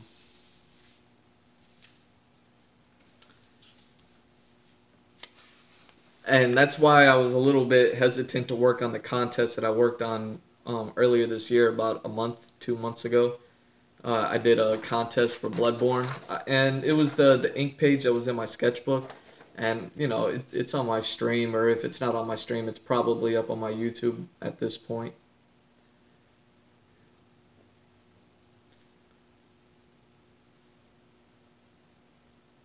Oh yeah. So this is when the fantasy starts to die down. He goes in, he shoots up the mobster to go save his girl, and then as he's saving his girl, she realizes that she's pregnant or something, and then that's when the monster comes in, and he's just like, "Oh yeah, you thought you were doing all this? Like, oh, she's pregnant. I don't know, maybe." Like he's just messing with him, and so this guy's like this mobster hitman guy's like clearly going crazy because he's having this fantasy of killing things, and then his girl, and then this monster guy's telling him like, yeah, your girl, she pregnant, she pregnant, bro. Like, and then I lost this panel, and I was looking for it, but this was supposed to be like a panel of like the crossover of what's really happening to the fantasy, where the fantasy is now starting to blend away, and then the reality of the situation starts to kick in, where he's not wearing his suit anymore, but he's like basically naked, and he's not muscular. He's like withered away, and things like that. And I think I had that drawn somewhere. I must have did it like on a separate sheet of paper or something. I don't know. I can't find it. So I lost that piece of panel art. And then that's when I did like the one hand is like skinny with no clothes over here, and one hand is still in the fantasy land with the business suit and all that other stuff, or the hitman suit, whatever, the gangster suit that he was wearing. And then, yeah, even the demon changed where he's like wearing a hat. He's wearing like the backwards hat like he was just in this panel. So he goes from wearing the backwards hat demon to wearing like a dead cat as like, like as a skull cap or something like that. And then so even the demon changed, like, so this is like the transference from reality or from fiction to reality. And then he's like, oh, this is your real situation, and this is, basically just all the monsters like freaking him out and being like, oh yeah, you thought you were hot shit, but you're not. And probably said something about like not being able to save his girl or something like that, and then he punches him. And as he's attacking his own demons, like all his demons go to chase him, and he's like running. I don't know why, or maybe he's not running. I forget the story really, but if he is running, this is a bad drawing, I guess. But basically, this guy's all angry. He just got punched, and he's like, "Go get him" or whatever. So all the demons are chasing him. But it doesn't look like he's running. I think his heel should be picked up. It looks like he's more like stomping or stamping his feet or something like that. But either way, and then all the monsters kind of converge, become one giant monster, and pick him up and stop him from running away. And he's super surprised at the size of this monster and all that other stuff. But then also this panel, which kind of gets lost, of him hanging upside down, but I really like this shot. You know what I mean? Like these pencils are pretty good. I had my moments. I had my moments back then. And then that's when I'm like, I don't know if this is two scripts or just one script, but then we cut over to, two different characters, part of the same world, but two different characters are talking about something, and then zoom in on her necklace. It just happens to be, or the pendant on her necklace, it just happens to be on her chest like that. And then we flip the page, boom, zoom in even closer to the pendant, but it's on her chest, so you just see all tit. And this is actually a splash page, and this is,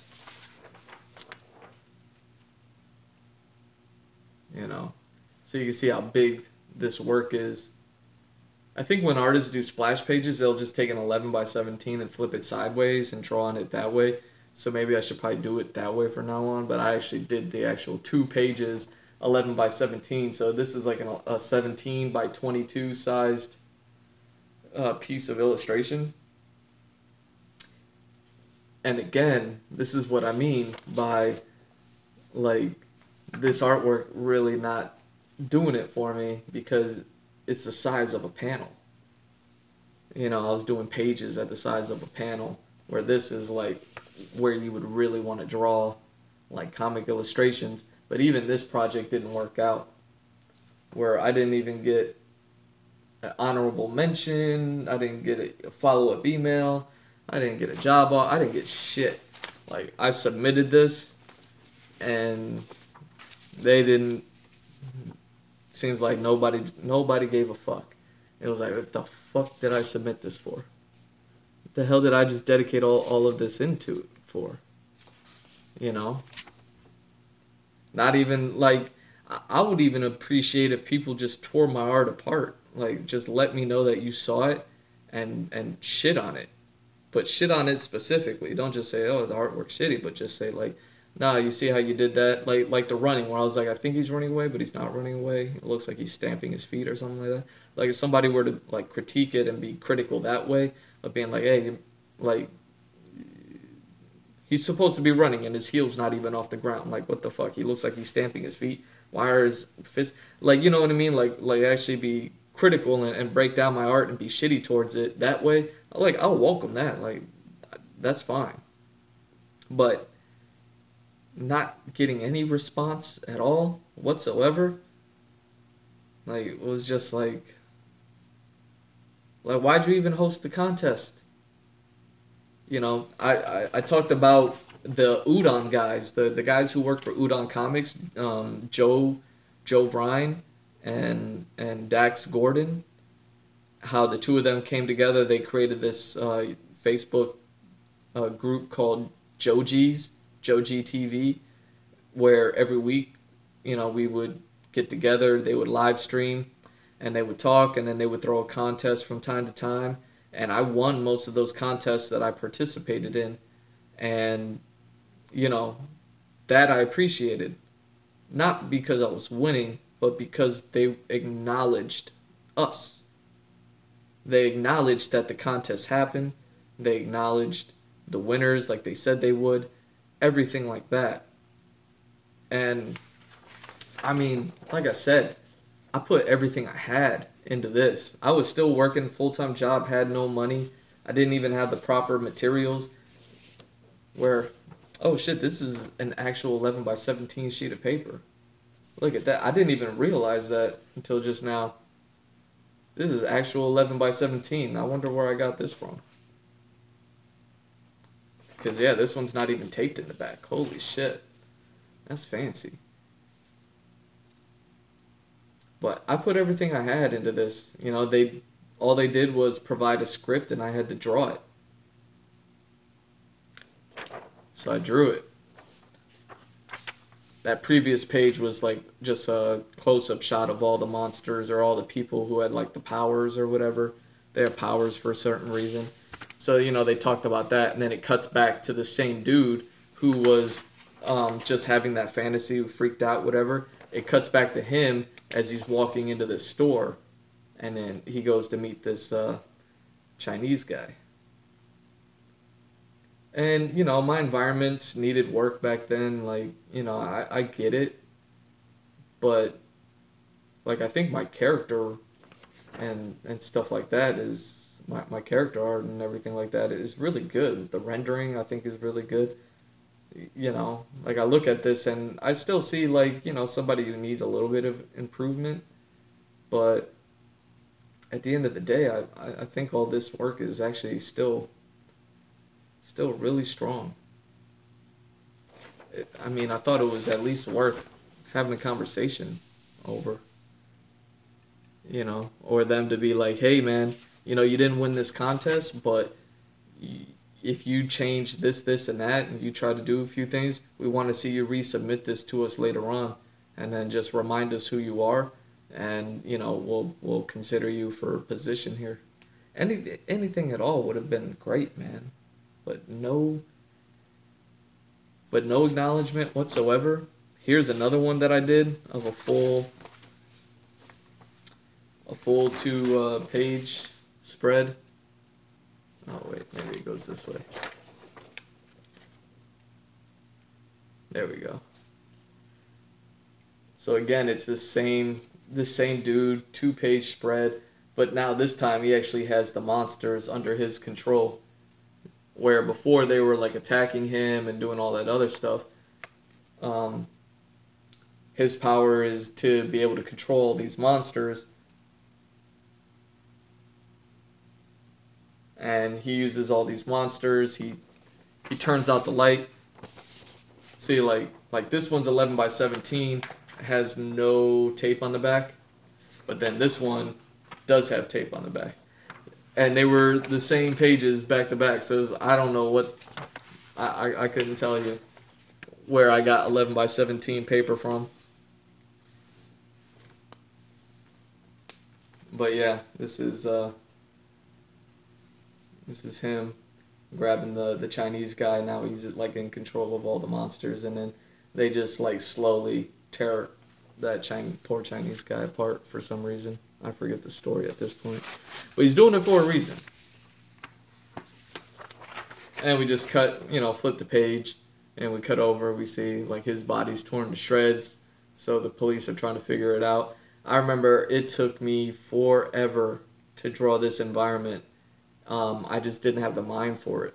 That's actually why I work on the environment art that I do now, is because I know that I'm not good at it. And it was because I worked on stuff like this that I know that I'm not good at it. You could look at my demo reel, my graduating animated demo reel, and you could see like, oh yeah, you ain't I wasn't messing with environments at all back then. So this concept art is at least helping me to get better at that. And I think I've gotten better. Like, I know people really love the maps. The maps are less environment art, more just map art. And I look forward to the map art because it's more more up my alley of just illustrating things, where working on environment art like this, you actually have to like utilize uh, not even just like perspective and things like that. That's actually kind of the easy part of just like, okay, shit's gonna go this way, and then as it recedes into the background, it's gonna get smaller. Like, okay, got that. Just make sure it's consistent. Like that'll be the hard part for perspective. Just make it consistent. But as soon as you have the perspective down, you have the consistency down, then it's like, okay, vehicles. Oh shit, I gotta draw a bunch of different vehicles. Okay, and then you have to make a crime scene. What does a crime scene look like? I don't know. Do we need the flatbed out? Do we need the do not cross tape lines out to cut off the block? All this stuff. Yeah, you can see the tape behind. These guys are talking, things like that. And then, yeah, like this is a piece of the crime scene tape being taped around like a light pole or something. I think it's that same shot as here, like light pole with tape. So light pole with tape. And then I would have actually like typed it in Photoshop, like do not cross police line or something, whatever those things say. But yeah, they're talking, and this guy's like, oh yeah, we got this chick pulling up who's gonna tell us what's what. And then the last page is like this introduction to this character, whoever she is. But apparently she's like a bad bitch or something. And this was cool. I get the hand is a little bad here. I still struggle with that from time to time, is to get the hand in perspective, but actually interacting with the body like that, like hugging the hips or things. The foreshortening and the interaction, it actually gets a little bit difficult. Some of the more difficult parts, I recall David Finch in his last stream where he was drawing a certain character from a fantasy thing, and the character had a sword on his hilt on his belt, and the character's belt was well, he did this drawing. It was masterful, but then even the sword handle just looked a little bit bent, and it was because it was like a little bit leaning forward towards the camera, and it's this long sword object. So your mind sees a straight line, but then the hand hilt is kind of like this way, that way. So it just like kind of didn't. It just looked slightly bent, and then he went to go fix it, and he fixed it. But I still looked at it, and I was just like, no, that sword hilt still looks wrong. And in my head, I'm like, I can't judge him because I do the same shit. I've done the same thing a million times where it's just like, oh, it still looks bent. It still looks bent. And no matter how much, you could even like unbend it all the way to the other end and be like, uh, it's terrible. But yeah, so like this hand is terrible because she's trying to be all, I'm Foxy Cleopatra or whatever the fuck. And then yeah, zoom in on his face, gave him the demon eye thing that I always love to do, especially with dead characters. This guy's checking out her ass, and she's like, "Whoa, don't be looking at my ass." And he's like, "Oh my god, you got caught, bro." And then he's all shameful. He's like laughing at him, and she's like, "I'm time to get down to business." And then end of chapter. That was the end of that script. Um,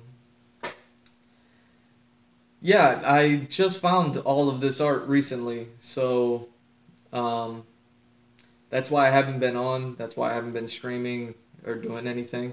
I've decided I'm not gonna go do the boot thing just yet. I have other things going on at the moment where trying to set up that whole project and live stream it and things like that is just a little bit too much right now. Um, Same thing with the comics. Those comic scripts that I read, I like them. I want to do them. That I'm more likely to do than the boot thing. But what what I'm thinking I might want to do is try to translate those scripts over to my stories, my world, my whatever.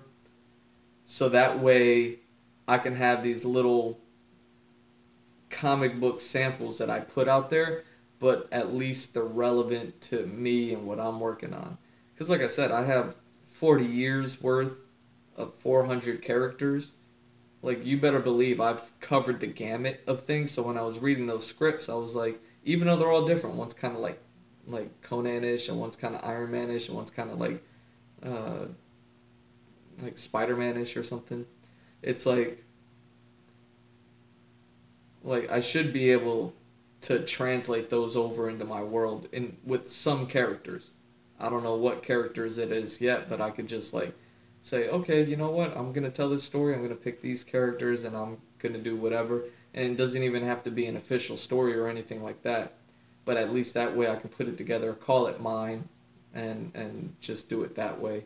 That way I still get the work that I've already put into it as far as breaking the comic down and you know having all the script kind of laid out already. I'll just change the dialogue and change like character names and things like that. Just change it out and put all my IP information into it, and then have a actual thing that I've created that's completely original. Um, to what I'm working on, and I think that'll be cool. Uh, so yeah, that might be something that I do later on in the future. I would wonder if anybody's interested in that. If you guys are interested in um, breaking down scripts and then creating actual sequential illustration out of it and things like that. Um, I think it's interesting. I love doing it. I mean, I did it here. I wrote a script and then I started to work on it here. Um, Shame that this didn't pan out, but even more of a shame that I did all of this work here and and never heard anything of it. And I don't know, the comic panels still exist. I hate the artwork that I have for it. The ones that I'm putting up on online. Hey, thanks, JJ. Thanks, man. So yeah, the like like you could see this. Like this looks good. The pencils are a little light, you know, but you can still see it.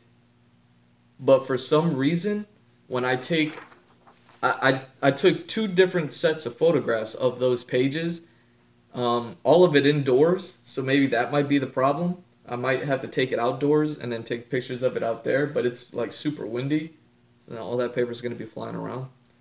Um, but I take a picture and then I upload it to my laptop, and then I try to like fix it up to look nice.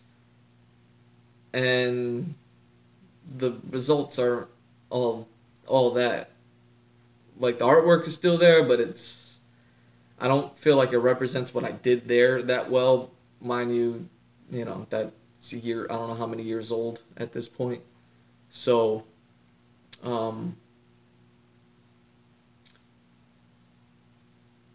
so yeah, that's that's what's happening there. That's what's happening with that.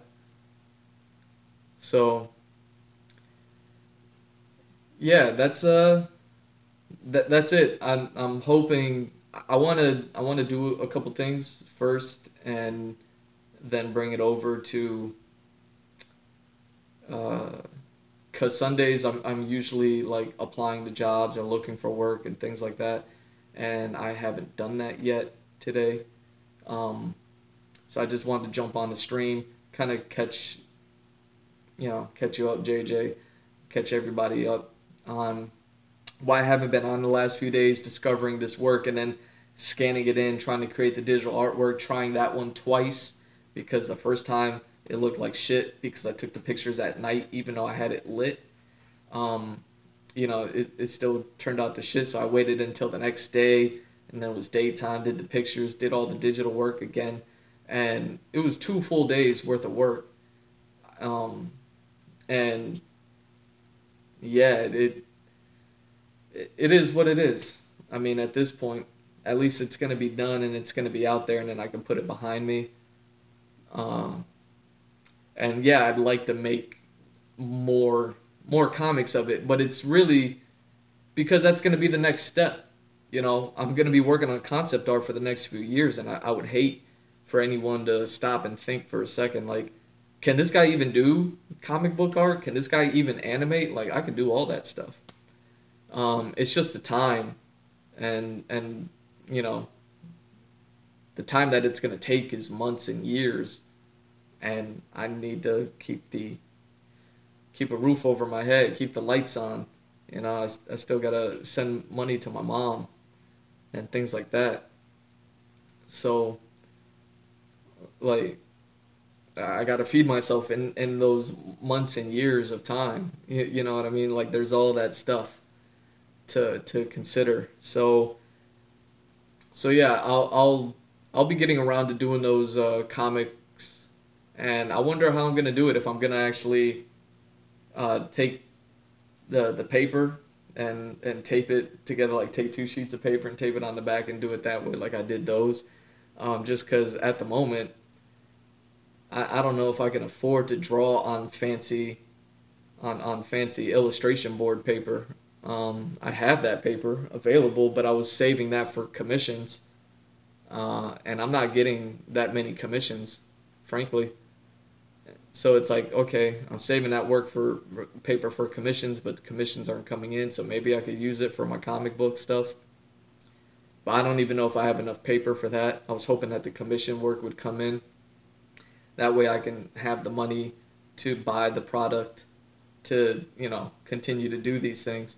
Um, I recently did that big 10 by 10 piece of concept art of the Iceman thing, and then it struck me while I was working on it that, these markers that I use in my videos.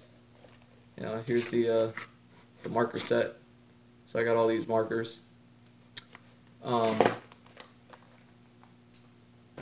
these markers that I use, they're not cheap and they're years old at this point. Like these are the same markers that I used when I was working on these things back in like 2015, 2016. Same marker set. So, I mean, those markers are 5 years old. Same ones that I used for this piece here. Like when I was working on that big 10 by 10 piece, it kind of hit me like these markers are starting to die, like they're starting to dry out, some of them at least. And it's expensive to buy another one of those, and I was just like, shit, I don't think I'm going to be able to do any 10 by 10 pieces, so I'm going to stick to the small ones, so that way I can try to get as much mileage out of those markers as I can. Um, but yeah, I thought you know, I mean, I'm an idiot. I think things always are going to work out. Like, I'm dumb enough to believe that when I watch the videos that I watch, like Lucid Pixel and things like that, when you hear people say, like, things are going to work out, you got to try it, you can't not do something out of fear that it's not going to work out. So you try to do something. And that's what I tried to do with the streaming and things like that, with the freelance and all that other stuff. One thing is to teach and entertain and show the art off and do that. And also to educate people that you can create your own stuff. You can create your own world, and here are the tools in order to do it, and this is the steps that you want to take in order to do it. That's why I'm working on this whole production, is to show you, like, you don't need to be Marvel. You don't need to be Disney. You don't need to be, you know, the top notch thing in order to put these things together. Um, and that's kind of everything that I do. And I mean, I thought at this point, um, that things would have worked out a little bit better. When I started Artist Alley and I started going to conventions and things like that, I literally had nothing. I had nothing because it was 2013, 2014. My computer had crashed. I had lost all my work, and I had to pick up traditional illustration all over again. And I couldn't rely on Photoshop or Illustrator anymore. So I started signing up to going to um, Artist Alley to try to sell work and things like that. I remember my first Artist Alley, first convention I ever participated in and tried to sell work. All I had was a stack of 4x6s, just a stack sitting on my table, and all I had was a pencil. Maybe I had some pens. I don't even know if I had pens, but I know I had a pencil. I had a stack of paper, some pencils, probably a pencil sharpener, unless I was using the mechanical pencils, the trusty dusty mechanical pencils that I always stick to. And I didn't have any prints. I didn't have any stickers. I didn't have cooler for lunch. I didn't have shit. I literally had the desk that they gave me with no covering. I had no backdrop. I had no nothing. I'm just sitting at a table with a chair and an empty chair because I always did conventions by myself because nobody ever wanted to do them with me. Friends wanted to go to the convention. I would have to give them my extra free pass so that way they could run around, but nobody ever wanted to help me. Um, so I would be alone at the table. I remember my first one. I sat with a stack of these cards here, and just started drawing and selling, drawing. I don't know, $5. I don't know, $1. Like, what do you got? Like, here, and just drawing and doing it that way. And then I built up from there. I got a backdrop. I got a table cover. I started making prints, selling prints, stickers. Uh, it got to the point where I was like, do I start making T-shirts and merch and all this other stuff? And then I just slowly started losing money. And you better believe leaving my booth to get those signatures, um, while the memories are precious, especially like uh, the Space Dandy guy, um, and Nan's voice actress, all of that, like the memories are precious. But I started losing money. I just started losing money. I went a whole year of going to shows, and it was like, oh, I didn't make as much money, and then, oh, I'm making less money, and just I I didn't know what to do. Like, I felt like I had hit a wall where it started off so good, and then once I started realizing how much money I was losing, and then I just started losing more, and yeah, that's why that stopped. But I'm not gonna give up on that. Like, that's still what I want to do. I just I'll have to do it better. Have to do it more efficiently, more effectively. Got to be smarter at it. Things like that. But that's what I'm trying to do here online is to just treat Twitch and treat, you guys and JJ and all that other stuff. Treat it like Artist Alley. Um, and yeah, a lot of people, they just enjoy the art and the fact that I do that, and I love that, and that's cool, and that's welcome for sure.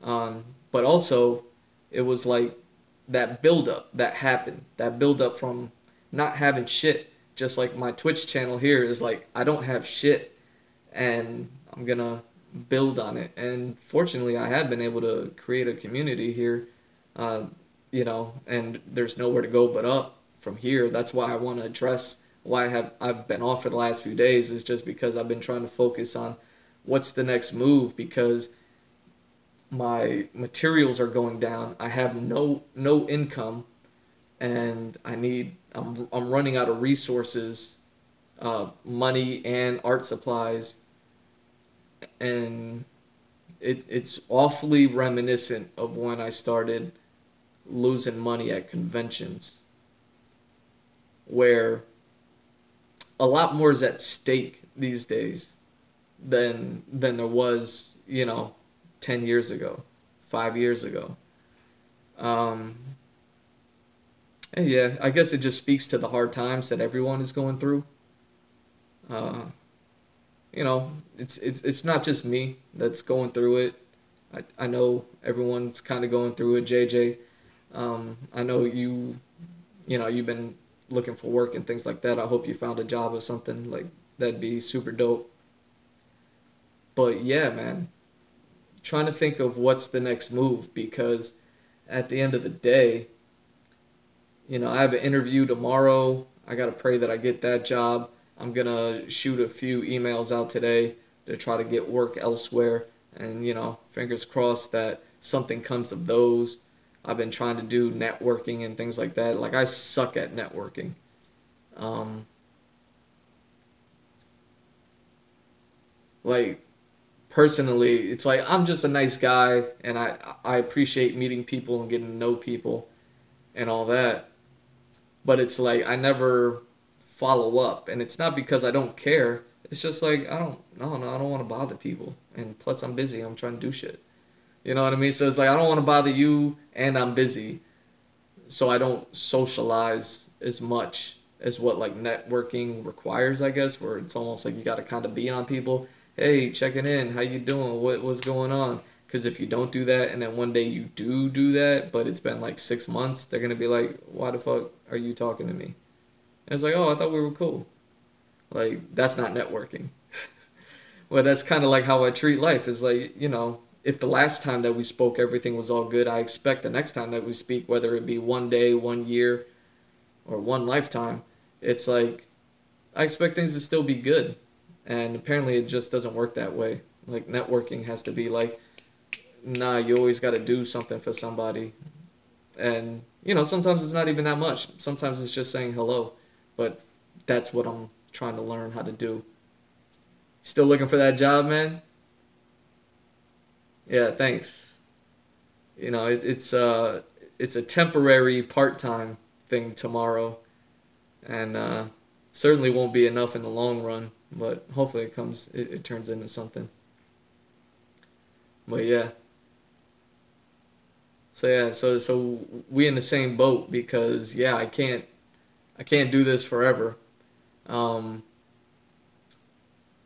I just wanted to do it full time like I have been for the last few months because I wanted to see what would come of it. And I don't know, man. I don't know. Um, but either way, I think that's going to be the end of this one. Where yeah, episode 129, reviewing my old illustrations and comics, just talking about that, talking about why it didn't work out, the confusion behind it, and why I stepped away from doing that stuff to do what I'm doing now. It's because I can do it. I could do it. And honestly, I don't give a shit what what people who are into it in the industry think if they're not willing to take the time to sit there and critically break it down for me as to why I'm not going to find success in their business. Um, it's unfortunate. So I just have to do it myself. It just, when you try to do things yourself, it gets expensive. So it's gotten to the point where my reserves are starting to run low. So I'm hitting the emergency.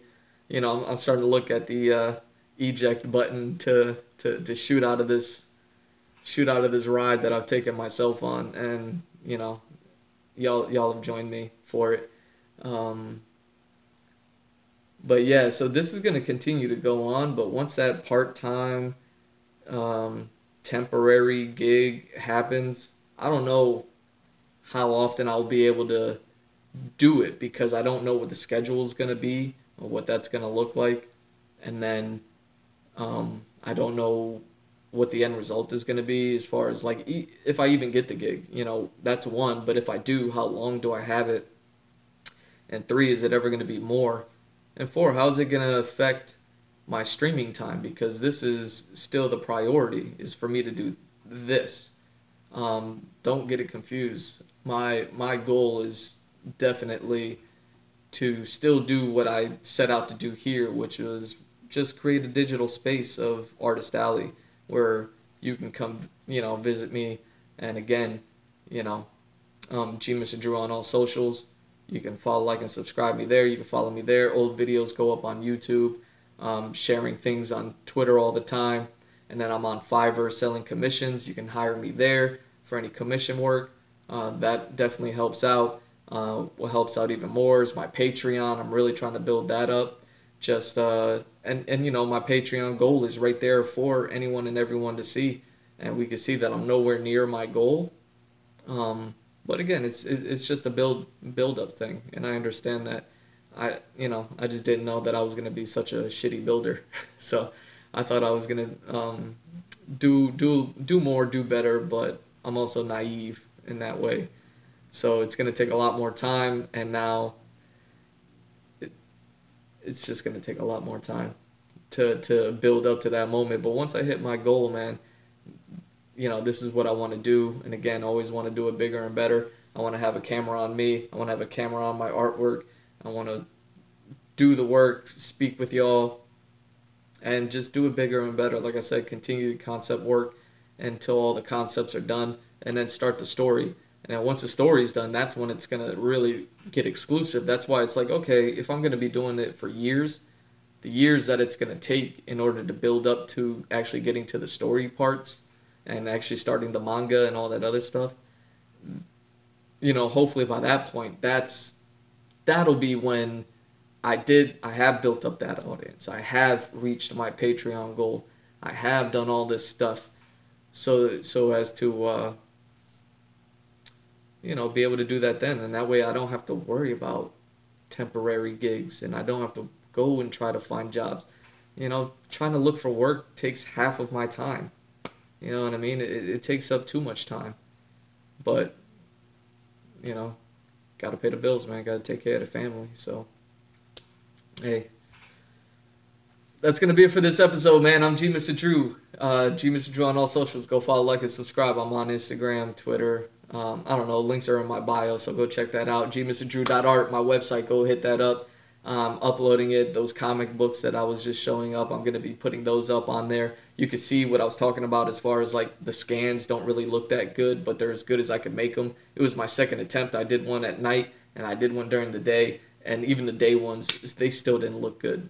So I was just like, all right, it is what it is. Like, I'm cursed. So just use it or lose it, right? So yeah, check out my website. I'm updating it all the time. I got to fix it up a little bit. And then, yeah, man. Thank you for watching the Andrew Gloszewski Experience. This is episode 129, reviewing my old shit.